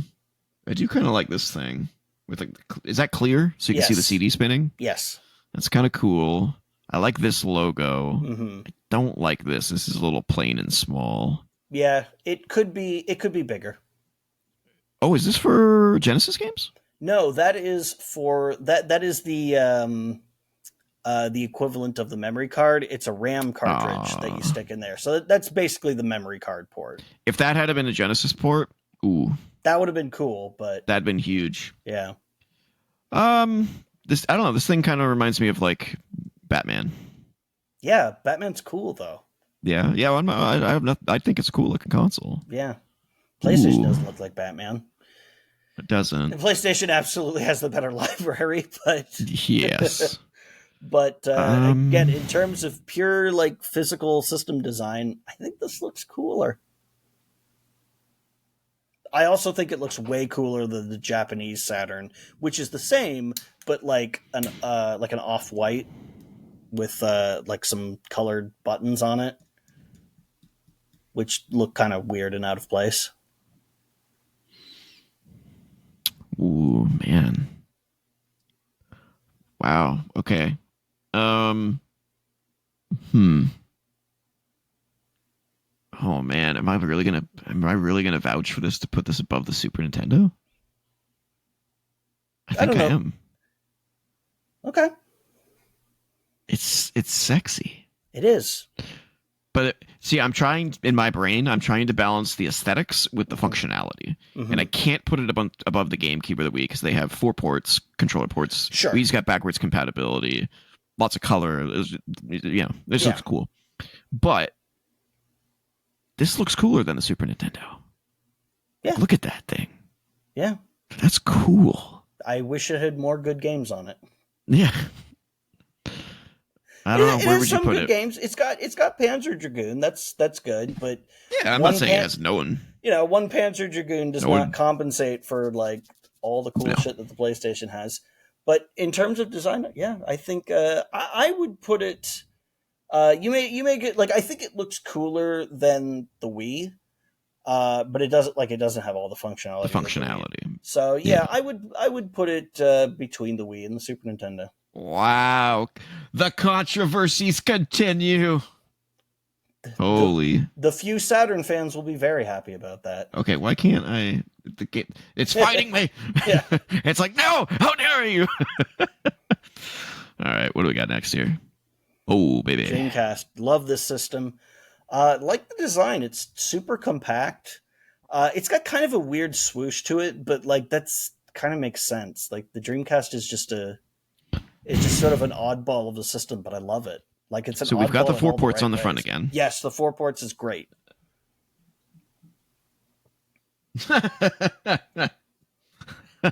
Yep, that's funny. Yep. I think they missed a big opportunity of having this be like huge. I'm willing to bet that they probably thought about doing that, but maybe it looks a little bit too egregious. Maybe it's a little too loud. Yeah, that's possible. I'd have to see it in order to know. It's okay. I like the console more than the controller and the system itself, I think. Yeah. The games for it, the libraries for it is really good, but the console's kind of not great. I don't know if it does have the 4 ports, though. It does have the 4 ports. And it's got a great game library, but we're not taking that into account. But we're not taking that into consideration. It does have online connectivity right from the hop. Modem's built into it. Or comes with it. It's not physically built in. You can remove it and replace it with a broadband modem. I'm going to say right above 64. Sure. That's a great place to put it, I think. Wow. Did not see any of this coming. All right. Moving into PlayStation. All right. So this is very utilitarian, but I appreciate its simplicity. You got big power, big open, small reset button, 2 controller ports, not as good as 4, but they're right there. You've got the memory card ports right there, so it's very apparent which they're for. Top loader, which is great because it doesn't need to be plugged in to open it. It's a good design. I don't think it looks super cool, but you know what's really funny? It does the job. Because of how objective we've been, I just looked at this thing and went, it's not really that cool looking. Nostalgia tells me I love it. Yeah.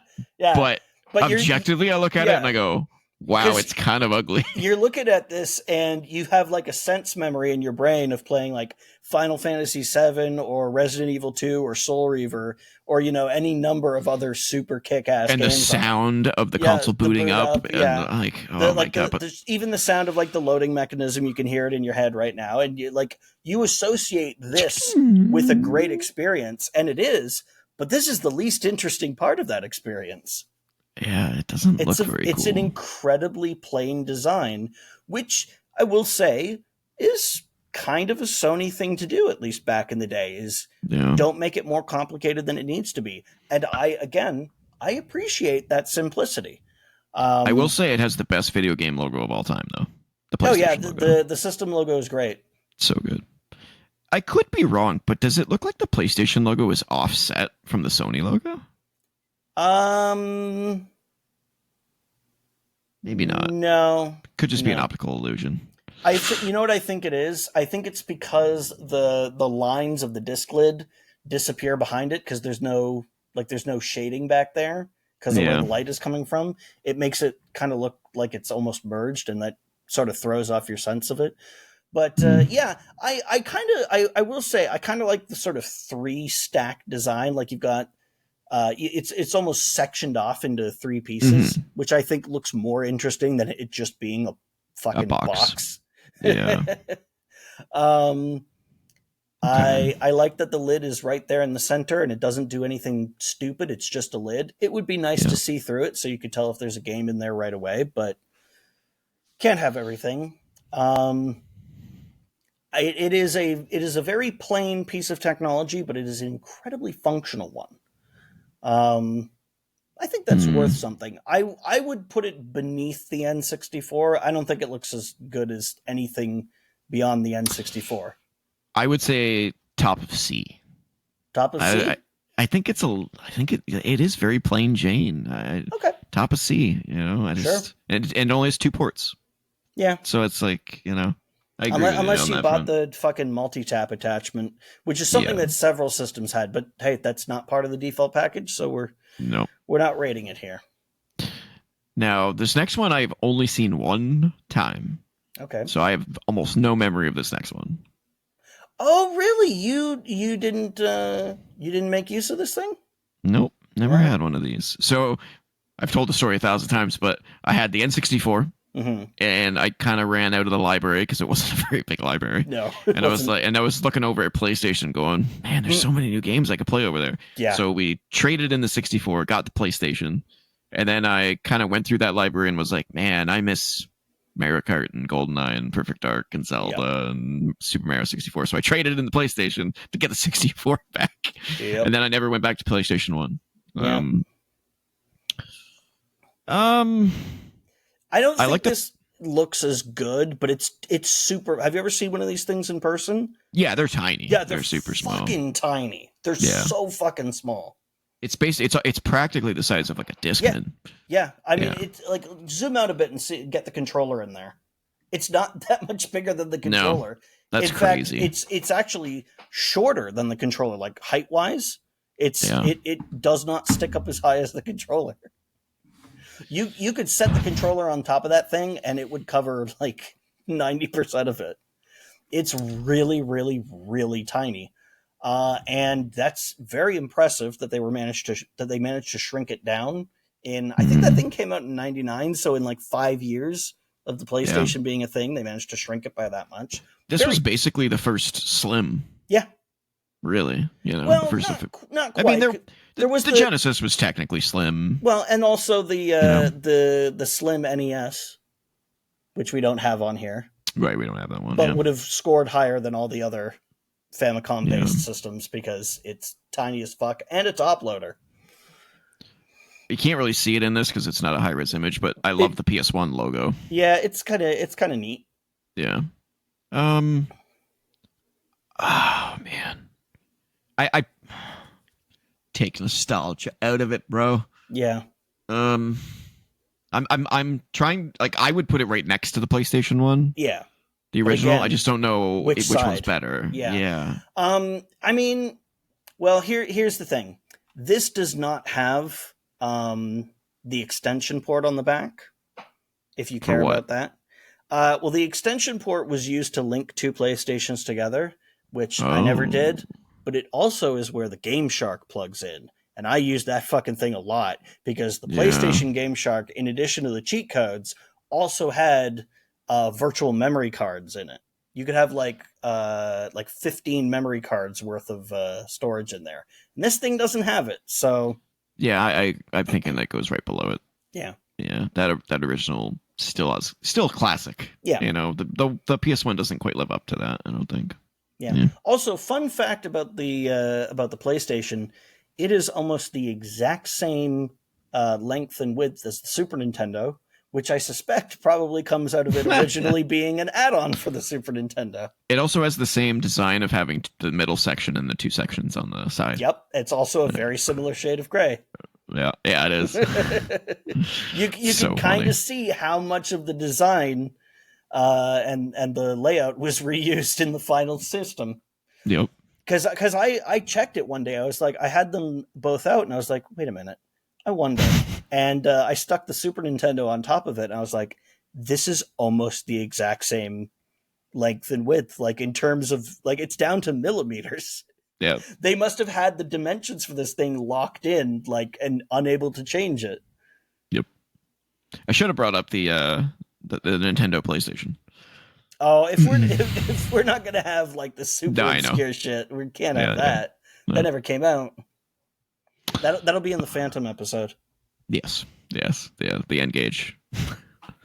All right. What do we got next? PS2. Oh, baby. Mm-hmm. I mean, come on. This has to be an A, right? The colors, the visuals. Yeah. I mean, it doesn't have 4 ports, but it didn't need it because the freaking library was insane. Can I say this? And this is going to sound really weird.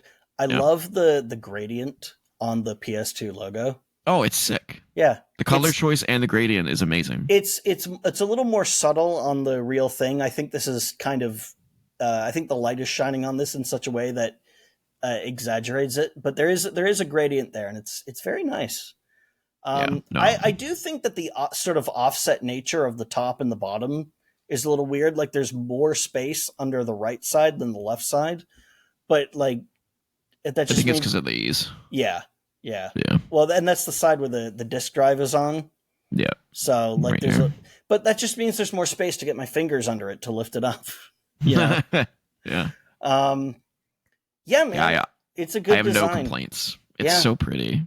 I have it standing up in my entertainment center just because it looks so cool. And there's one little touch about this that I really like, and it's kind of crazy that they went to this length. But the PlayStation logo on the disc drive lid can be rotated. Oh, that's cool. So that if it's on its stand, you can switch it. If it's on its stand or if it's on its side, it can always be. That's a nice touch. Bravo, sirs. Yeah, that's amazing. I also like how the disc drive kind of blends in. Yep, you can't really see that it's there. Yeah, the like slatted design around the side. It's weird, but it's cool. And the fact that they managed to keep it consistent with all of the components. They even managed to fit the controller parts and the memory card ports in there. In it, yeah. It's so cool. That is really precise design right there. The controller kind of blocks it, but there's like a USB port down there. There's also the hard drive expansion bay in the back, which is also where the network adapter goes. Yeah, man, this thing does all types of shit. Sony even released an official Linux kit, so you could turn it into a computer. Not a great computer, but you know. Yeah. I mean, Yeah, I think we have our first A. That's like Also, undeniable. also, it's a DVD player at a Yeah, time and when that was a and huge it was deal. cheaper to get a PS2 than some of the higher end DVD players. Yep. So yeah, I think the PS2 is a great piece of hardware. Hold on a sec. What we got here? Uh, yeah, we'll save that. We'll save that. Okay. Yeah. So yeah, easy A, easy A. Like that's just it's so good. And I mean, the fact that it stands the test of time, yeah, even to this day, it's just like so people still recognize that design language. good. Yeah. And just looking at the top of that system and looking at that logo, I hear the bloom. Yep. You know, that sound effect. Yep. It's awesome. It's kind of neat how they have such a plain top and then the sides are so stylized. Yeah. That's obviously a very deliberate choice. Now, this is the PS2 that I have. I have the slim PS2. Yeah, I never had this. This thing is crazy thin. It is very, very thin. In terms of like XY dimensions, it's not that much smaller than the PS2. But it's just shorter. In terms of height, it is much shorter. It's like half the height. It unfortunately, however, is lacking some of the extension port stuff on the back. So, nah. But it does have it has a top loading disk drive. The lid pops open, flips open. Yep. I like the two-tone, like the smooth and the matte finish. Like the drive has the textured one, and then the rest of the system is more smooth. Oh, so this is the drive. Yep. Interesting. Yeah, I mean it's very cool. It's lacking the colored PS2 logo, which kind of sucks. Unfortunate. Yeah. But it's still nice. It's a very good slim design. And it's still got a little bit of the slatted design on the side just to remind you that this is a PS2. It doesn't have since you don't have the big logo there to tell you. Yeah, it doesn't have the ability to vertically stand though, does it? It does. There is a stand that's available for it. Interesting. Okay. This might be the first one that's kind of far away from the original design. Yeah, the lack of extension port in the back and like the hard drive bay and stuff is definitely a downside if you wanted to use, like if you wanted to play Final Fantasy XI, which was a huge deal back then because this was before it came out on PC or anything else. You couldn't play it on this. Yeah. So yeah, that was a major game for the PS2. So the lack of that does knock it down, but design wise, it's pretty nice. I don't know. I like that stripes side and that logo being so bold. It looks so cool. I think it's above also the stand made it look even cooler. By the way, it had like that blue like triangle stand. Looked sick. I think that's a good place for it. The loss of the hard drive bay and network adapters is problematic. But yeah, today, if I was to look at that from a distance, it looks like a mobile hard drive or like a mobile it does. USB charger or something like that. Yeah, you know? I actually I have a backup hard drive, like a 4 terabyte hard drive sitting on my shelf that is bigger than that thing. Yeah, and it's crazy. It's a recent hard drive, like from within the last 5 years. Yeah. Okay. All right. Where are we? Let's see. Yes. No.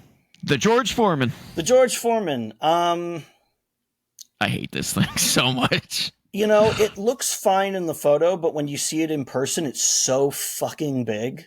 It's huge. It really does. Like the reason that people call it the George Foreman grill isn't just because of the fucking shape. The thing is massive. It's fucking big. It's big, and then it has like this glossy finish that initially looks really sleek until you touch it. Until you touch it, and then it smudges, and the dust shows up really easily on it. And the thing gets hot too. It's and the disk drive is really loud. I remember that being a huge problem on it. Also, for some, I can't remember what's in here, but I think this was the PS2 section, if I remember correctly. There were You could like flip it open, and there was like PS2 memory card slots, I think, or controller ports. There was also like this thing. So this model had a whole bunch of functionality that was almost never used. Like there's an SD card port on this thing somewhere. Mm-hmm. I think it's under that area. It's crazy. You could install like the PS2. You could put Linux on it. You could do all sorts of shit with this thing. It initially played PS2 games like with the hardware like natively.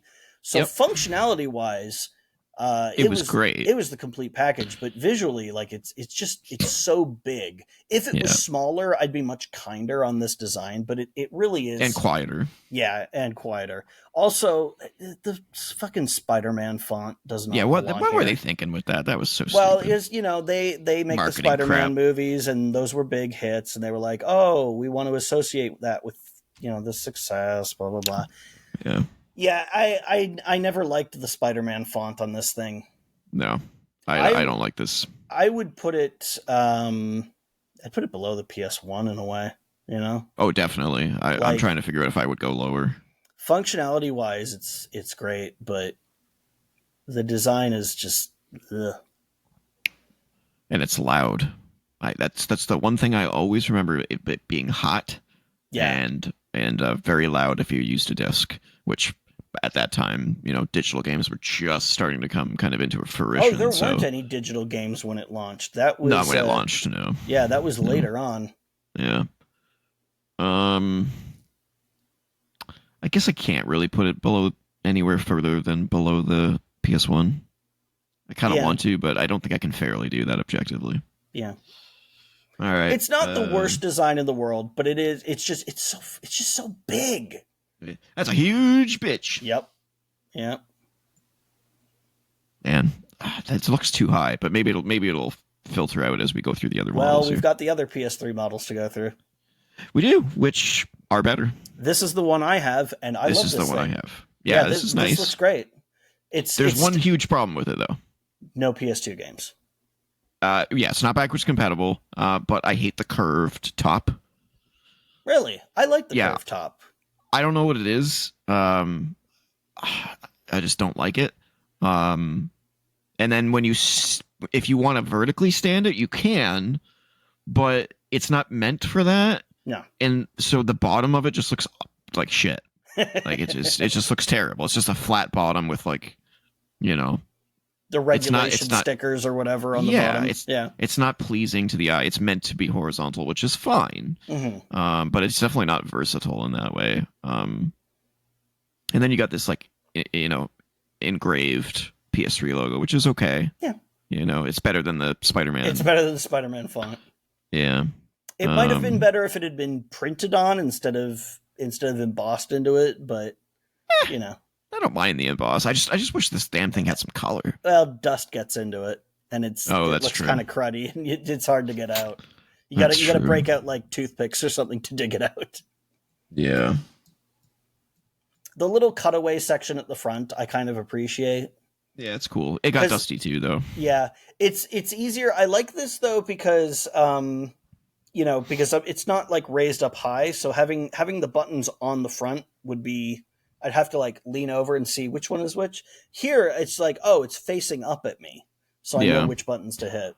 Oh, you know what I didn't talk about on this one? The fact that these stupid buttons were touch buttons. Oh, yeah. You would accidentally hit it if your cat walked by the damn thing and brushed it with its tail. Mm-hmm. You're in the middle of a game and beep. Yeah. What the fuck just happened? I hate capacitive buttons. I hate that shit so much. Stupid. That's why I want to put it lower, but I can't. I can't put it low because it's the lowest modern console that we have on the list, so I'm okay with that. Yeah, and those are physical buttons. You push them. Yeah, these are physical ones. Yeah. I would put it above. The loss of like PS2 backwards compatibility is a problem, but I mean, where is it? There it is. Most people who bought this thing fucking like had a PS2 anyways, Yeah. But especially by the time this thing came out, maybe a lot of people weren't even playing PS2. So, yeah. I think that's fair. Yeah, I still like this design better a little bit. Yeah. Okay. All right, we have also, one more it does play PS. Blu-rays. That's true. Mine doesn't. Mine and hates DVDs. Mine hates Blu-rays for some reason. It used to like them just fine. Now it fucking hates them, and I have to put them in like 20 times for it to recognize. But that's just my unit. It might not be the. Was it the PS3? There was a PlayStation that I had to stick in something to the disk drive and like lift something up. I can't remember which console it was, but it was one of the PlayStations. That sounds like a PS1 thing, because that was a known problem. No. Okay.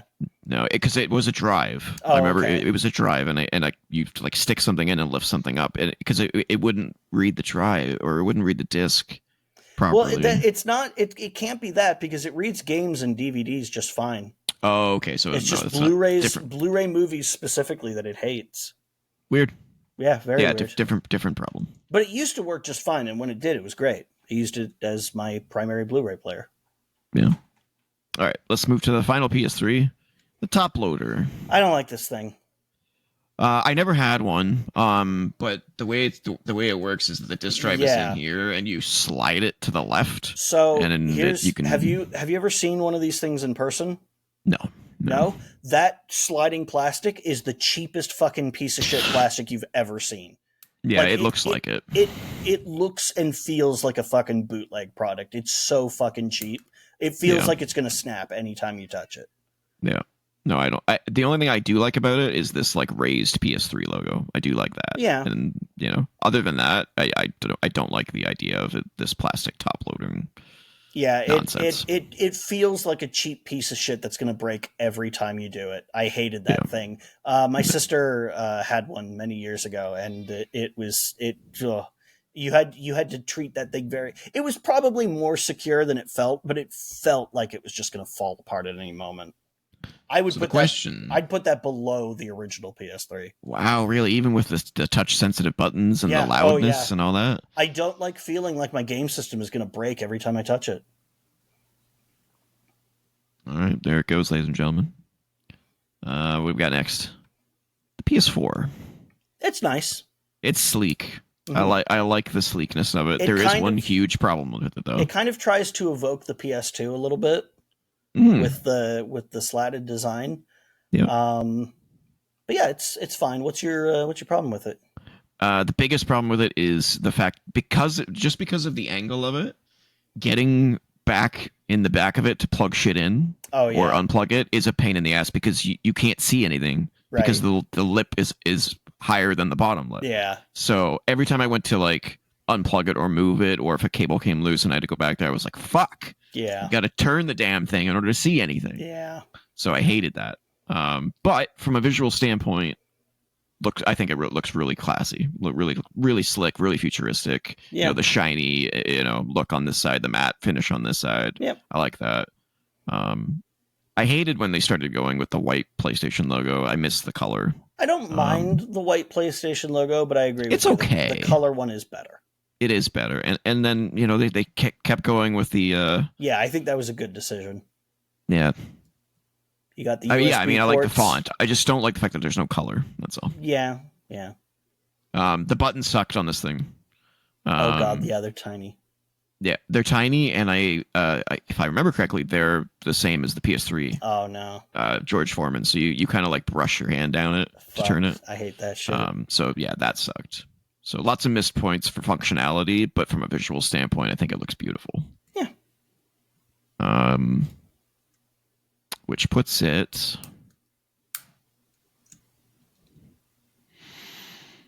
Yeah, where does that go? Because the lip over the back... That's a huge It's a huge thing. I guess I'd put it above the PS3. Yeah. Because the PS3 just had so many problems. Yeah, that's a pretty easy choice to make. It looks cooler than the PS1, but man, the capacitive buttons and getting in behind it is... Yeah. Is that enough of a pain to rank it below, though? I don't know.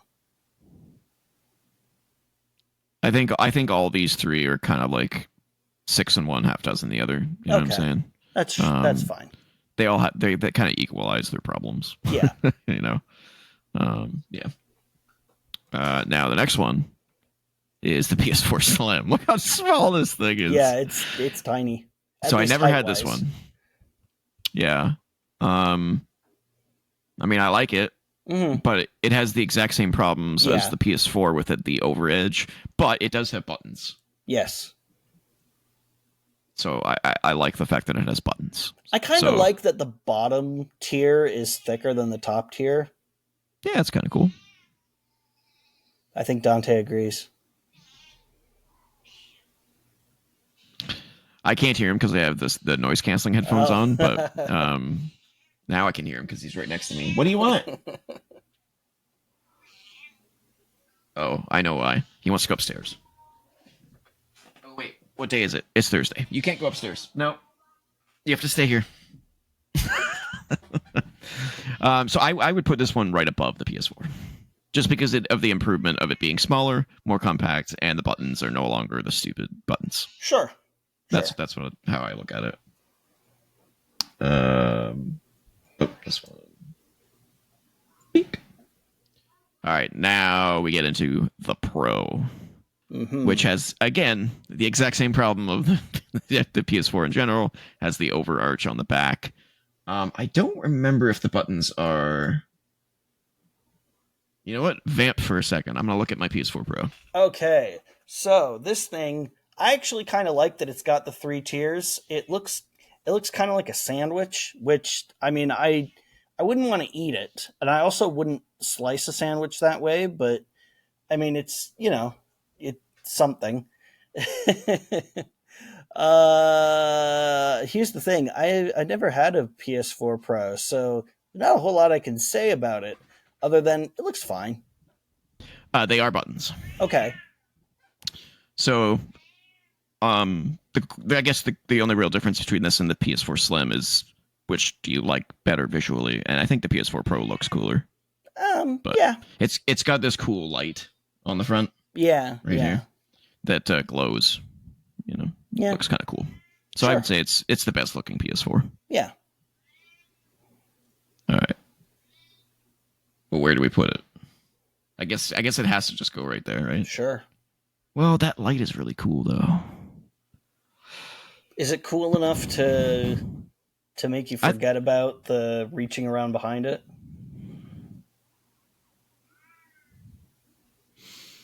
I wonder if it operates upside down. No, because the disk drive is like the disk would fall inside the thing.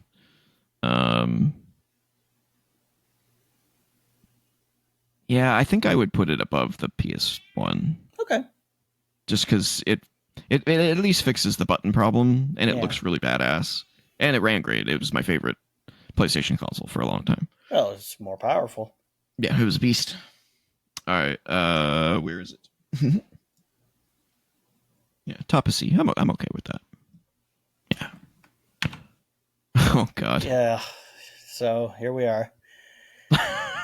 I think I've made my feelings on this thing pretty clear.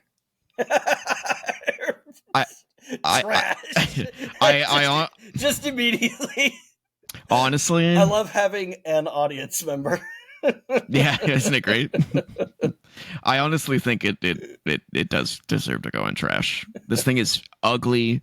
It's huge. It's not backwards compatible. And if you do take the GameBot library into consideration, holy fuck, what a problem. But we can't. But it's got these 2 random USBs on the front that are just so stupidly placed. They're just in the middle of the fucking console in the face. You couldn't find a better place for those. Yeah. We couldn't put them at the very bottom. This thing's fucking ugly. So does it rock back and forth if you lay it down horizontally? No, so it comes with a little 2 clear stand clips. Oh, that's right, it does.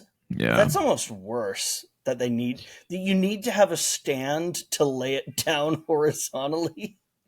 And there's a stand for putting it up vertically. There's no way to Oh, wait a minute. Hold on. Let me think about this for a second. I might be thinking of the slim version. I mean, look, either way, this thing's This thing looks terrible. Yeah, no, I'm thinking of the slim version. Yeah, so the base does work horizontally.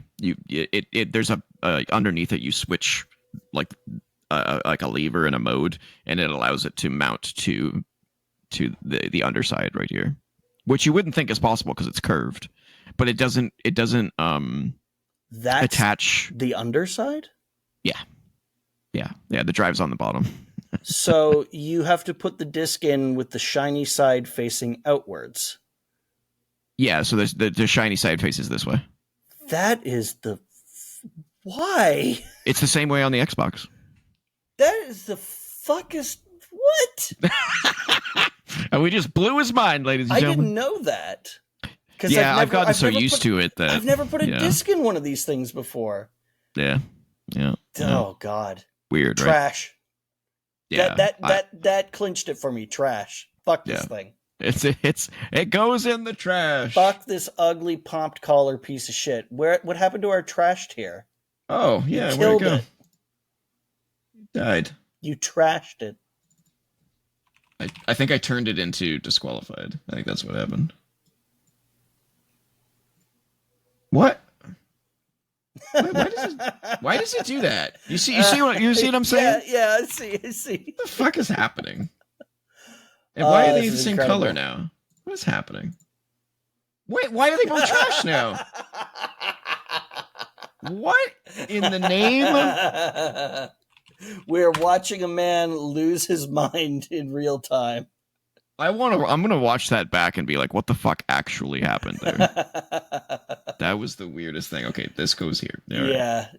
Okay. Fucking dog shit. I don't know who came up with that thing, but they need to be punished. Okay. This is definitely gonna get us age restricted. Maybe. I don't know. Well, we're already age restricted. I said punished. Okay. Yeah. I could have gone with something worse than that. When the console was revealed, like I watched all like the console reveal reaction videos of people seeing it for the first time, and I was watching Easy Allies. I don't know if you're aware of them. Yeah. One of them was like PlayStation 5 first console with labia. Yeah. Yeah. And Greg Miller was like, it looks like Wayne Tower from Batman. Yeah, it's so bad. If it was a building, it would at least look better. Yeah, I agreed. Now, functionally, it's quiet. Yeah. It runs very cool. It's designed well in that sense, but God, is it ugly? Yeah. It's ugly. And it didn't have to be this way. Like the two-tone design is a cool idea. Yeah. But it doesn't need the fucking popped collar. It doesn't need the tumorous disk drive there. Guys, come on. Yeah, figure it out. It would have been so easy to make this thing look cool. I'm so interested to see what the PS6 looks like, just because of this. I just want to see what they've learned. Well, we know they haven't learned a whole lot because this is the PS5 Pro. So it is roughly the same size. They put a racing stripe on it with a vent on the side that looks like a racing stripe. Yeah, and the stand is different, as you can see on the bottom. Yeah. It does look better. If they inverted the colors, it would look like an Adidas tracksuit. Yeah, it really would. It really would. It does look better.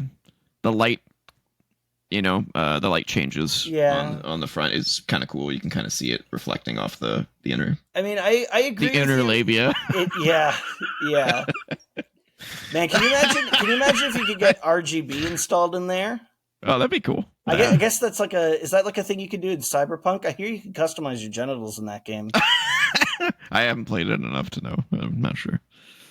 And they did move the USB ports. Actually, one's no longer a USB A port.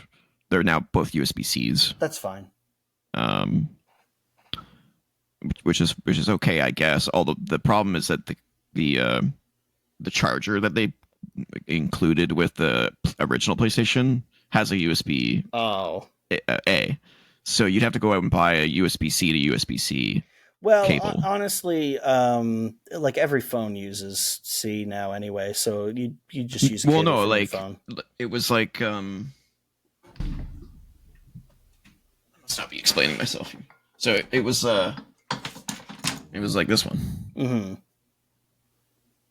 So it was like that in the console to a USB-C in the original PlayStation 5. Yeah, but so you get one of these. Yeah. With the PlayStation 5. So if you get a PlayStation 5 Pro, you no longer have a cable that can charge your controller. Yeah, but like your phone uses a C to C cable, doesn't it? Mine doesn't. Oh, well, mine does. Mine's like this. I also have a Sony phone, so. Oh. Well, so that explains that. I'd be fine. Yeah. For the record, the Sony phone is great, other than being the slipperiest fucking object I've ever held in my life. So I put a case on that shit. Yeah, this looks better, but it's not hard to get to be better than trash. Yeah, so I guess it just goes into D. Yeah, bottom of D. Oops. Yeah. All right, we're into the final lap, ladies and gentlemen. Mm-hmm. We're into the Xbox territory. Yeah, so the original Xbox. Oh man, the giant fucking molded X into the case is really unnecessary. I kind of like it. I mean, it's not terrible, but it's unnecessary. No. The problem with this thing, and you know what I'm going to say, is that it is ungodly fucking huge. This thing is massive. Big. And it's mostly empty space. Because they used a lot of like off the shelf components that they either adapted slightly or not at all. So the reason it's so big is because PC components are big. Yeah, there it is. It's huge. It's a huge beast. Yeah. Yeah, it's. Let's see if I can get it next to me with a controller so you can see. Here's the thing. I was willing to pull out my GameCube. I'm not pulling out my fucking Xbox because I don't feel like breaking my back. Yeah, this thing's it's big. Going to be really dusty as well, and there are lots of places. Yeah, so is mine. So yeah, this thing is like an ungodly beast of a machine that was way larger than it needed to be. I love the system. Don't get me wrong. The Xbox is a great system. It's super powerful. It's super easy to mod. And it has a hard drive, which is part of why it was so easy to mod. It's like a great like entertainment device if you want to watch movies and have games and emulators and all sorts of shit. It's awesome. But it's fucking huge. It is big. That is it's so big that if you now this is technically this has to do with the controller, but it is related to the system size. You'll notice that there are multiple junctions in that cable. Well, the one that's furthest along the line from the console, the one on the left there, that's a disconnect. That's a release. Because Microsoft was concerned that if somebody tripped over the cable of a controller stretched over the floor, it would pull the system down and it would be large enough to harm children or pets. This was a liability thing. They built in a quick release. That connection there has less resistance than it takes to pull the system down, so it will come out before it tugs the system down. Huh, I didn't know that. It's that fucking big. It's and big, if you need to build a fucking like safety feature into your system because it's so big, it's too fucking big. Mm-hmm. I do like the look of it. I think it's really cool. I like the green pops. The X makes it pop. It's really cool. I wouldn't say that it looks really cool. I think it looks fine. If a little, it kind of looks like this looks like the computer you'd see in like a G.I. Joe, like System X, with the great big fucking X on it. It's got 4 ports. It's got 4 ports though. That's nice. It's got built-in hard drive. It was the first system to have a built-in hard drive. got built-in Ethernet. No dial-up, but for these kind of games, dial-up wouldn't be quick enough anyway. Aside from the size, I don't mind the top too much, but maybe I just have Stockholm syndrome because I played this thing so much and got used to it. Yeah, I like it. The only thing I don't like about it is the fact that the power supply overheats.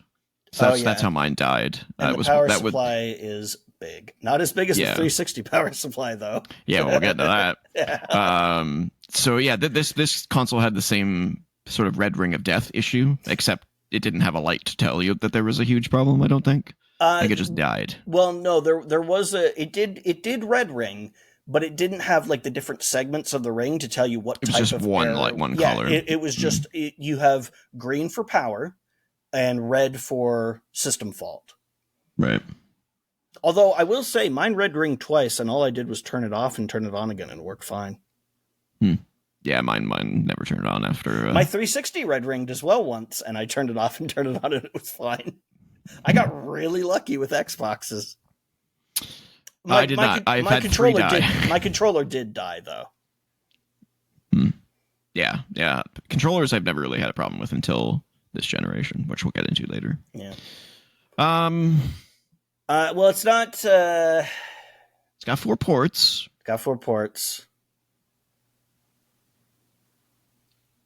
I mean, bottom of B.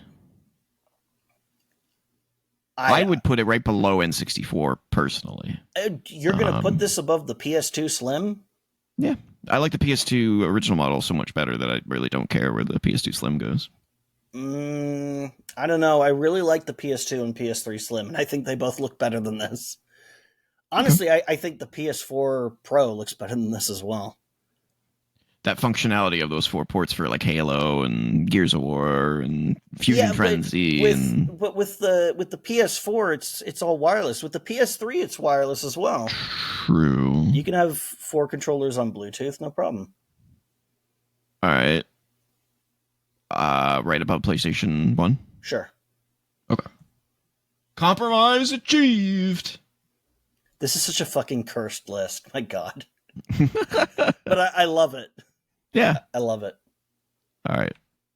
The OG 360. I like this thing. This is kind of the pinnacle of like mid 2000s design, but in an actual good way. Like, I don't mean that in a sarcastic bad way. I mean, like, I legitimately love the way this thing looks. It's fine. I played the shit out of 360. Oh yeah. The big detrimental to this one obviously is the red ring of death. Yeah. Which plagued the shit out of this console. I went through 2. This thing had a crazy. I think the failure rate on early 360 models was like 30% or something. So you had basically like a 1 in 3 chance of red ringing at some point over the system's lifetime. They made a ton of internal revisions to this thing to address that. Yeah, I looked it up real quick. So initial claims from Microsoft were 3 to 5% of consoles, but as time went on, reports went as high as 35 and even 50%.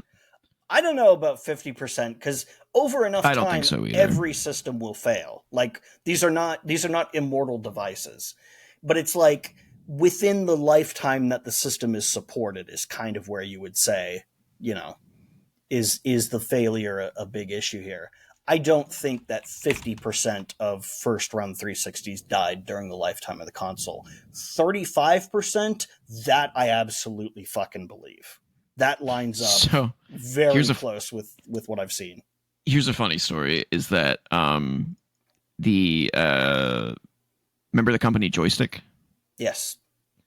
Their failure rate was 90%.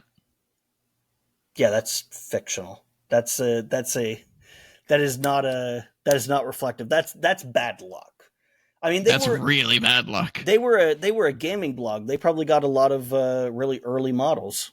They probably did, but there's no excuse for that, though. There's no excuse for that, but it's the overall, like, that, because that's anecdotal. Overall. So it says by March 2006, 30% of consoles manufactured were either returned or had failed at some point. Which, I mean, that's egregious. Yeah. And they got fucking raked over the coals for it. As they ought to have been. That's not okay. Yeah, so taking that into account, plus the design of the console visually, let me ask you something. Did you ever swap the faceplate on this thing? No. No, neither did I. Well, I didn't have this one long enough to do it. Oh. This one was the one that died the quickest for me. Do you remember when that was a thing, when swappable faceplates was a thing for like a hot minute? I mean, the PS5 has swappable side plates. Yeah. I mean, obviously, the red ring of death obviously prevents this from going into A. Oh yeah. I don't know that I don't know. If you want my real opinion, I'm just gonna be brutally honest here. I would put it right below the original Xbox. That's how low I would go. Huge failure rate. The console white edition is it's fine. I like it. I think I will end. I haven't looked at the other versions that we're going to look at here, but I think I like the other versions better. We'll see. Do we want to look at the other versions first and then do all three at the same time? No. Let's just do them in order. We can decide later. Okay. So what are you thinking? I mean, aesthetically, I think it looks way better than the original Xbox, but those failure rates, like, that can't be ignored. No. It's insane. 30%. Yeah. I would, in that case, yeah, I'd agree. Put it below the original. Oh, wow. The compromise is real. Yeah. I mean, like I said, I got really lucky and I had a good experience with mine, but I know how frustrated I'd be if it fucking failed it pissed on me me. Off. Yeah. I think if I remember correctly, it failed on me like 2 months after the warranty expired. Yep. Something like that. Yeah, so I was livid. That's a story that I've heard multiple times. And I was stupid as a consumer because I bought this one. Oh, yeah. Which this thing looks sexy as hell. I love the look of this thing. I'm gonna have to disagree there. What?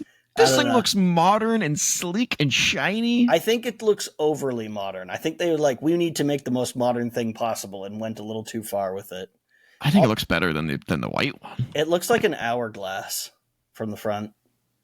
A really oblong hourglass. It does. I don't know, man. I like it. Was this the one that had the capacitive power button?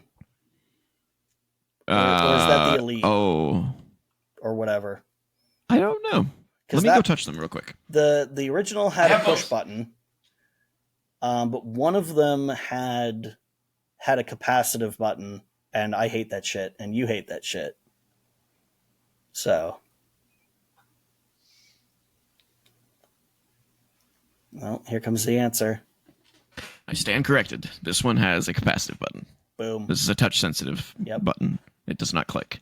Yep. I don't have this one. I don't know where it went. It used to be over there, so I don't know where it went. But I don't remember what that button felt like for this one. It was a tact switch. It was one of those very clicky buttons. Okay.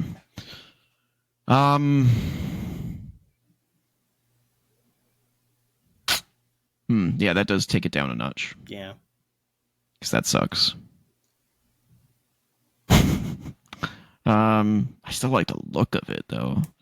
It did fail on me, though, too, so I have to take it off. It red ring to death. Even though this was a new model, it's still red ring. Wow. Now, I will say that I did get more life out of it using the stupid towel trick that they said was bullshit. I'm like, no, it worked, bro. Yeah, it worked. Yeah, it works. Apparently, it has something to do with like reheating. There's like a particular part, and by raising it to a specific temperature, it will give it more life. And so it did, and it lasted me another like 6 months or something like that. Yeah. The X clamp, he's saying in the in the chat. So it did work, but then it eventually failed. And the towel trick did not cure it after that. So I gotta take it. I gotta take points off that and the capacitor, but I do think it looks cooler than the white one. But that doesn't help it a whole lot. Where I don't know where I would put it in this. I guess I would put it right above the 360. So where would you put the Model 2? I don't know. I'd put it behind the PS4s, but I will compromise. I will compromise and put it behind the base 360. It does have that capacitor thing. Yeah. We dinged the PS4s for it. Yeah, we did. But this 360 doesn't have the stupid over edge. That's true. Dang. True. You know what? I'll throw you. I'll throw you a bone. I'll meet you a little bit lower. I'll say. Okay. Let me think. Yeah, because this still has the edge problem. Actually, you know what? No, it's got to go lower because this had the edge problem, but it had buttons. This has no edge problem, but it has a capacitor. Capacitive. But it has the Red Ring of Death problem. Yeah. So that brought it lower. Oh, now I'm convincing myself to go lower. The look of it is really not having as much of an impact now as I thought. No, it can't be worse than this because this had the capacitor buttons and the over arc. Yeah. No, I'll stick with that. Okay. That was a journey. Yeah. All right. Xbox One, aka the VCR. Yeah, I mean, this thing is once again, it's super simple, but it doesn't really need to be much more than that. It just I hate it. I don't hate it. I don't think it's very interesting. It's once again too big. It's not as interesting looking as the original Xbox, even though it's basically the same size. It is maybe bigger. I don't remember if it's bigger. You know what? I'm gonna compare it. See, do it. Go for it. I'm gonna go dimensions of original Xbox. Do you have something to write this down with? I'll just read it to you. Sure. Or type it somewhere. Sure. Let me. I have too many windows open. Yeah, let me bring up a notepad file. Oh. All hold on. Oh, never mind. Yeah. So the original Xbox is 12.6 inches by 10.9. 12.6. Oh, sorry. 12.6 by 10.2. 10.2. By 3.58. By 3.58. And it weighed 8.8 pounds, if that matters. And dimensions of Xbox. Whoops. Same score that Twilight Princess got. 8.8. There you go. Do you remember when that was a huge thing? It's like people were outraged that a Zelda game got... How dare it? Yeah, 88? Really? You're upset about that? Okay. What was the biggest number you had? The biggest number was 12.6. Okay, so the Xbox One is bigger. So it's 13.1. Okay. By 10.8. By 3.1. All right. So it didn't have a weight. I'm not sure. I can see if I can find an original. So it's a teeny little bit bigger. It weighs 7.7 pounds. So it's slightly not as heavy. Okay. But it's slightly bigger.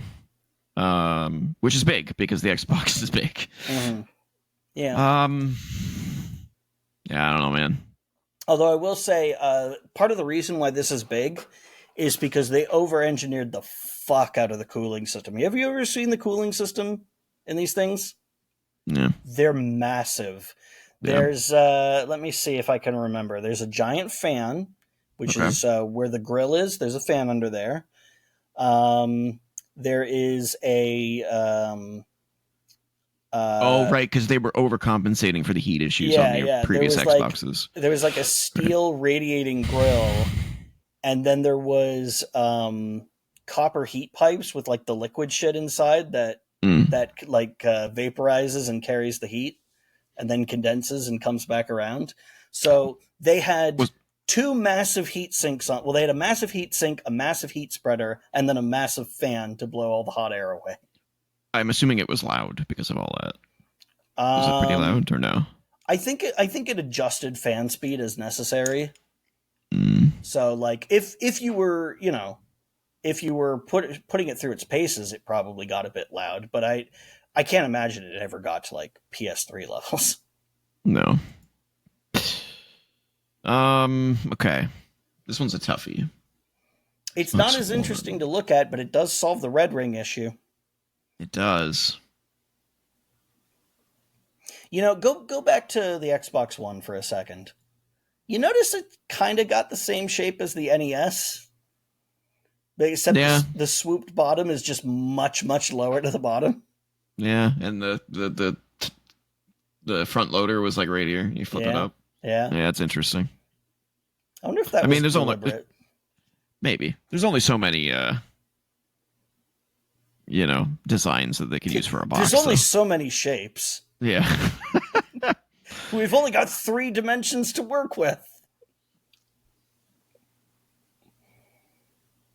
I don't know. Where are you thinking on this one? It's super plain, but it is super plain. Like, and I kind of thought less of it for that at the time, but like now when I look at what the current Xbox looks like and what the PS5 looks like, I kind of appreciate plain a lot more.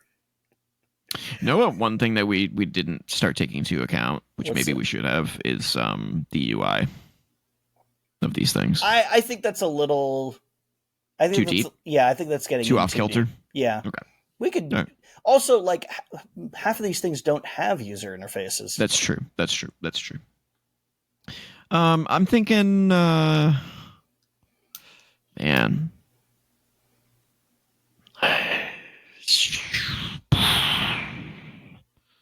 I'm thinking like right between the PS1 and PS4 Slim. For me, I think it does solve the red ring problem, but it's kind of an ugly console. I don't think it's ugly. I just think it's plain. Oh, what were the buttons? What's the power button? Is it a button or touch sensitive? Oh, I don't know, but I think it might be touch sensitive. Yeah, our viewer is saying touch sensitive. It looks like it because this doesn't look like a. Yeah, this looks like just like a symbol that you just. Yeah.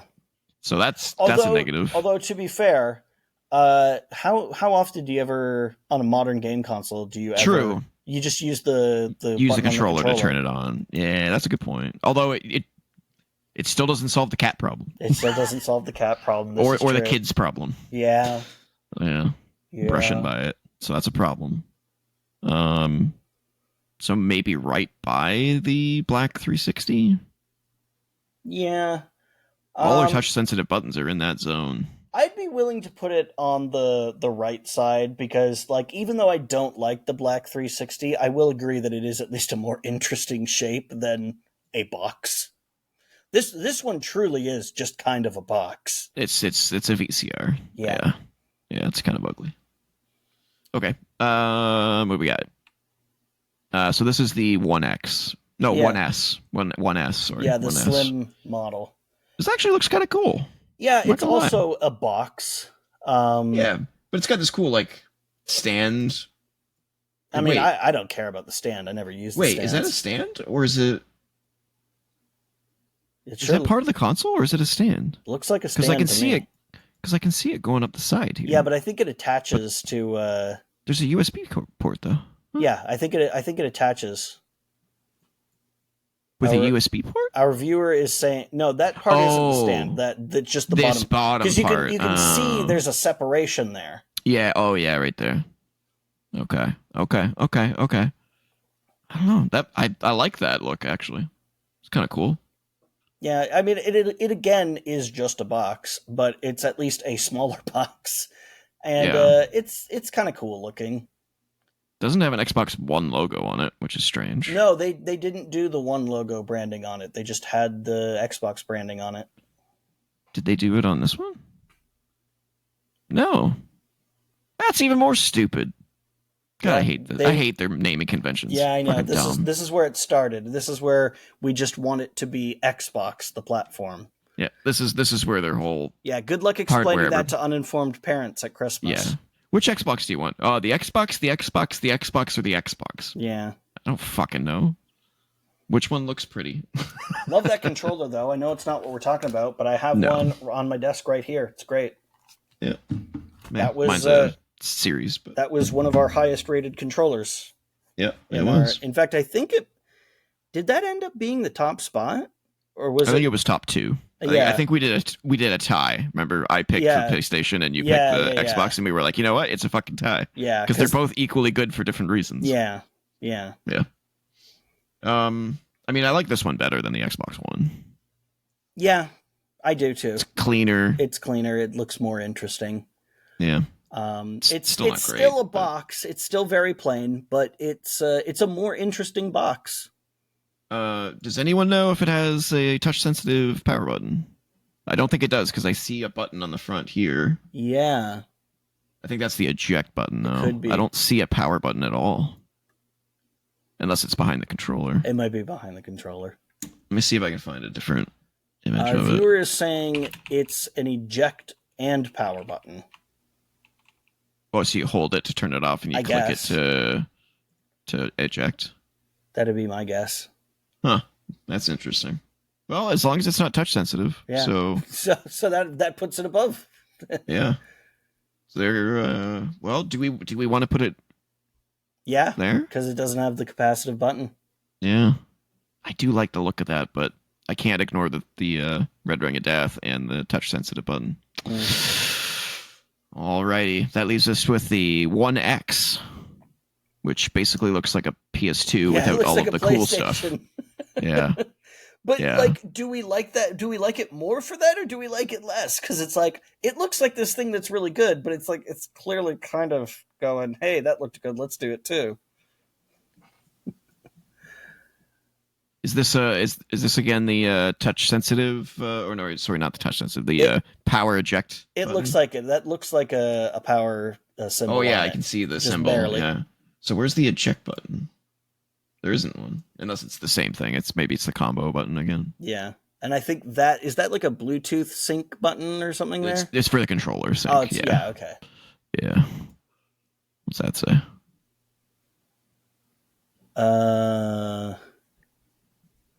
Something. Made in Seattle? Yeah, I think it says made in Seattle. Yeah.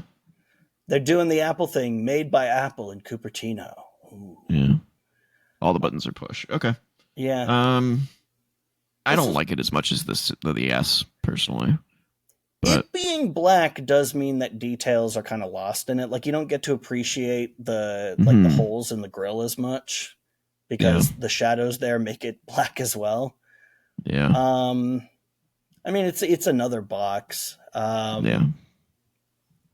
It's fine. I would say we do maybe put it just behind that. There it goes. Yep. All right. That should. Oh yeah. So this is the Xbox Series S. Yeah, which looks like a speaker. It does look like a speaker. No, you know what it looks like? It looks like an intercom. Mm-hmm. Yeah. Yeah, I don't like this as much as the One S. I think the One S looks sharper. Like, that looks cool in comparison. Yeah. To that. Like it is smaller. This is where they've really gotten into the just a box. Yeah, it's getting worse. Like, there's no longer even like an offset thing on the bottom for you to reach under and like lift up. It's just it looks like the box you'd get a phone in, you know? Yeah, it does. Yeah, I'd put this lower.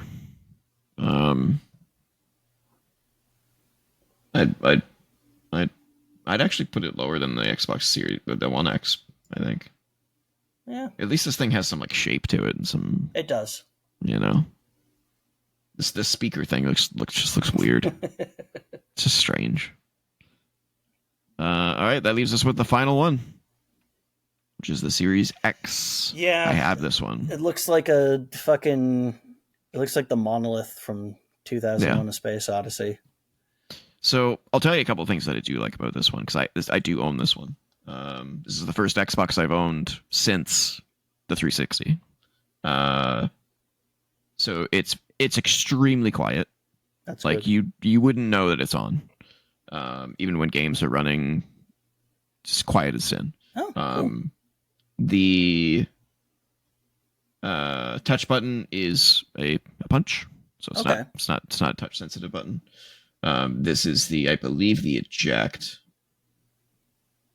And you can't see it in this picture, but the top is actually really cool looking. So this is the vent. There's a vent on the top, and then there's a vent on the bottom. You can't really see it in this picture, but the console kind of is raised Yeah. up on a stand. Yeah. And so there's a downward sort of fan. Yeah, so it can get air in there. Get air in there. It's kind of cool. But at the top is actually a lot cooler than this image makes it look. It's got an internal painted green. Yeah. In each of these circles. So if you have it standing, it looks really, really cool from when it's in a standing position. I don't have it in a standing position. I have it on its side, and it looks like shit. Because I can't see in the top. And so it basically just looks like a big black brick, and all I see is this face of it. Yeah, this is their take. Do you remember the trash can Mac? Do you remember that thing? The round, like, tubular Macintosh computer? Oh, yeah. Yep. This is like Microsoft's take on that, like a decade after. And it doesn't look as good. But like it really, like, how much boxier could they possibly get? Like, it almost. I mean, that's why they call it the fridge. Yeah, like how would it? I like it though. I kind of like it. I don't know what it is about it. I do. I like it. I don't think it's the best one. I have praised designs for being very simple and elegant and clean. I think this might go a little too far. I will say this. While it looks boring, it doesn't look stupid. Like the PS5 does. It's like not the PlayStation Labia. Yeah. I don't think it's a great design. I think it's the worst looking Xbox, but I think it's still better looking than the PS5. The thing I really like about it is if you do stand it up like this, it doesn't attract dust at all. So it always looks brand new because those top top holes, it never collects dust. You never see it. Yeah, the fan's going to be blowing it out. And the green just kind of like, that's what catches your eye, not any like little dust particles. Yeah. And because the sides are flat all the way down, nothing catches. Yeah, it doesn't really stick to the side. So if you do have it standing, it actually looks really good. If you have it on the side, not so much. Although it doesn't show it in this, but on the bottom here on this side, the side facing away from the camera, there are little rubber feet. Now you say that the discs go shiny side out on this as well? So they face us that way. If you laid it out on its side, would you have to put the discs in upside down? No. It sits on its side on one specific side where the feet are, which is on this side here. Okay. Like along this side. But if that's so that would be the shiny side down if you had it laying on this side. Okay. All right. Yeah. So I don't know. I like it. I'm a big fan of the console in general. I think it's a really good console. But from a visual standpoint, I like it more than the PS5. Yeah. Well, I mean, I like any of these more than the PS5. Yeah. I'm looking at it and I can't look at this thing and say, "Oh yeah, I think that looks better than the PCFX." Like, in terms of vertically stood up game systems, I don't think it looks as good as the PCFX because that at least has some detail on it. We're going to have to compromise hard on this one because my opinion of this is, like, visually is very low. And functionality wise, it's great. Yeah, but the thing is I don't have one, so I don't have any attachment to the functionality. I can only judge it visually. Well, you didn't have a 1X or a 1S though. Yeah, but those at least have some visual design to comment on. This is a black slab, man. That's where I would put it. I don't know what you were thinking. Let's put it above the ones with capacitive buttons. How about that? It is. Oh, you mean just started there? You mean yeah? Here? No. Here. Yeah. I don't think it looks as good as the speaker. I mean, the speaker's weird. The speaker looks kind of goofy, but at least it's something. You know what? Maybe I'll throw you a bone and say put it above the speaker. Okay. Because you do make a good do point about it not collecting dust. Yeah. It's. I wish I could put it straight up. Yeah. I wish I could. I just don't have the ability to do that because my TV takes up the whole surface of the entertainment center. So yeah. I could put it next to my PlayStation 5, but then I have all this empty space in my entertainment center. So I'm like, I'll compromise and put it there. All right, ladies and gentlemen, that is our complete list. Do we want to bump up anything from B to A? I don't think I do. I think the PS2 kind of stands on its own. No, not the 360.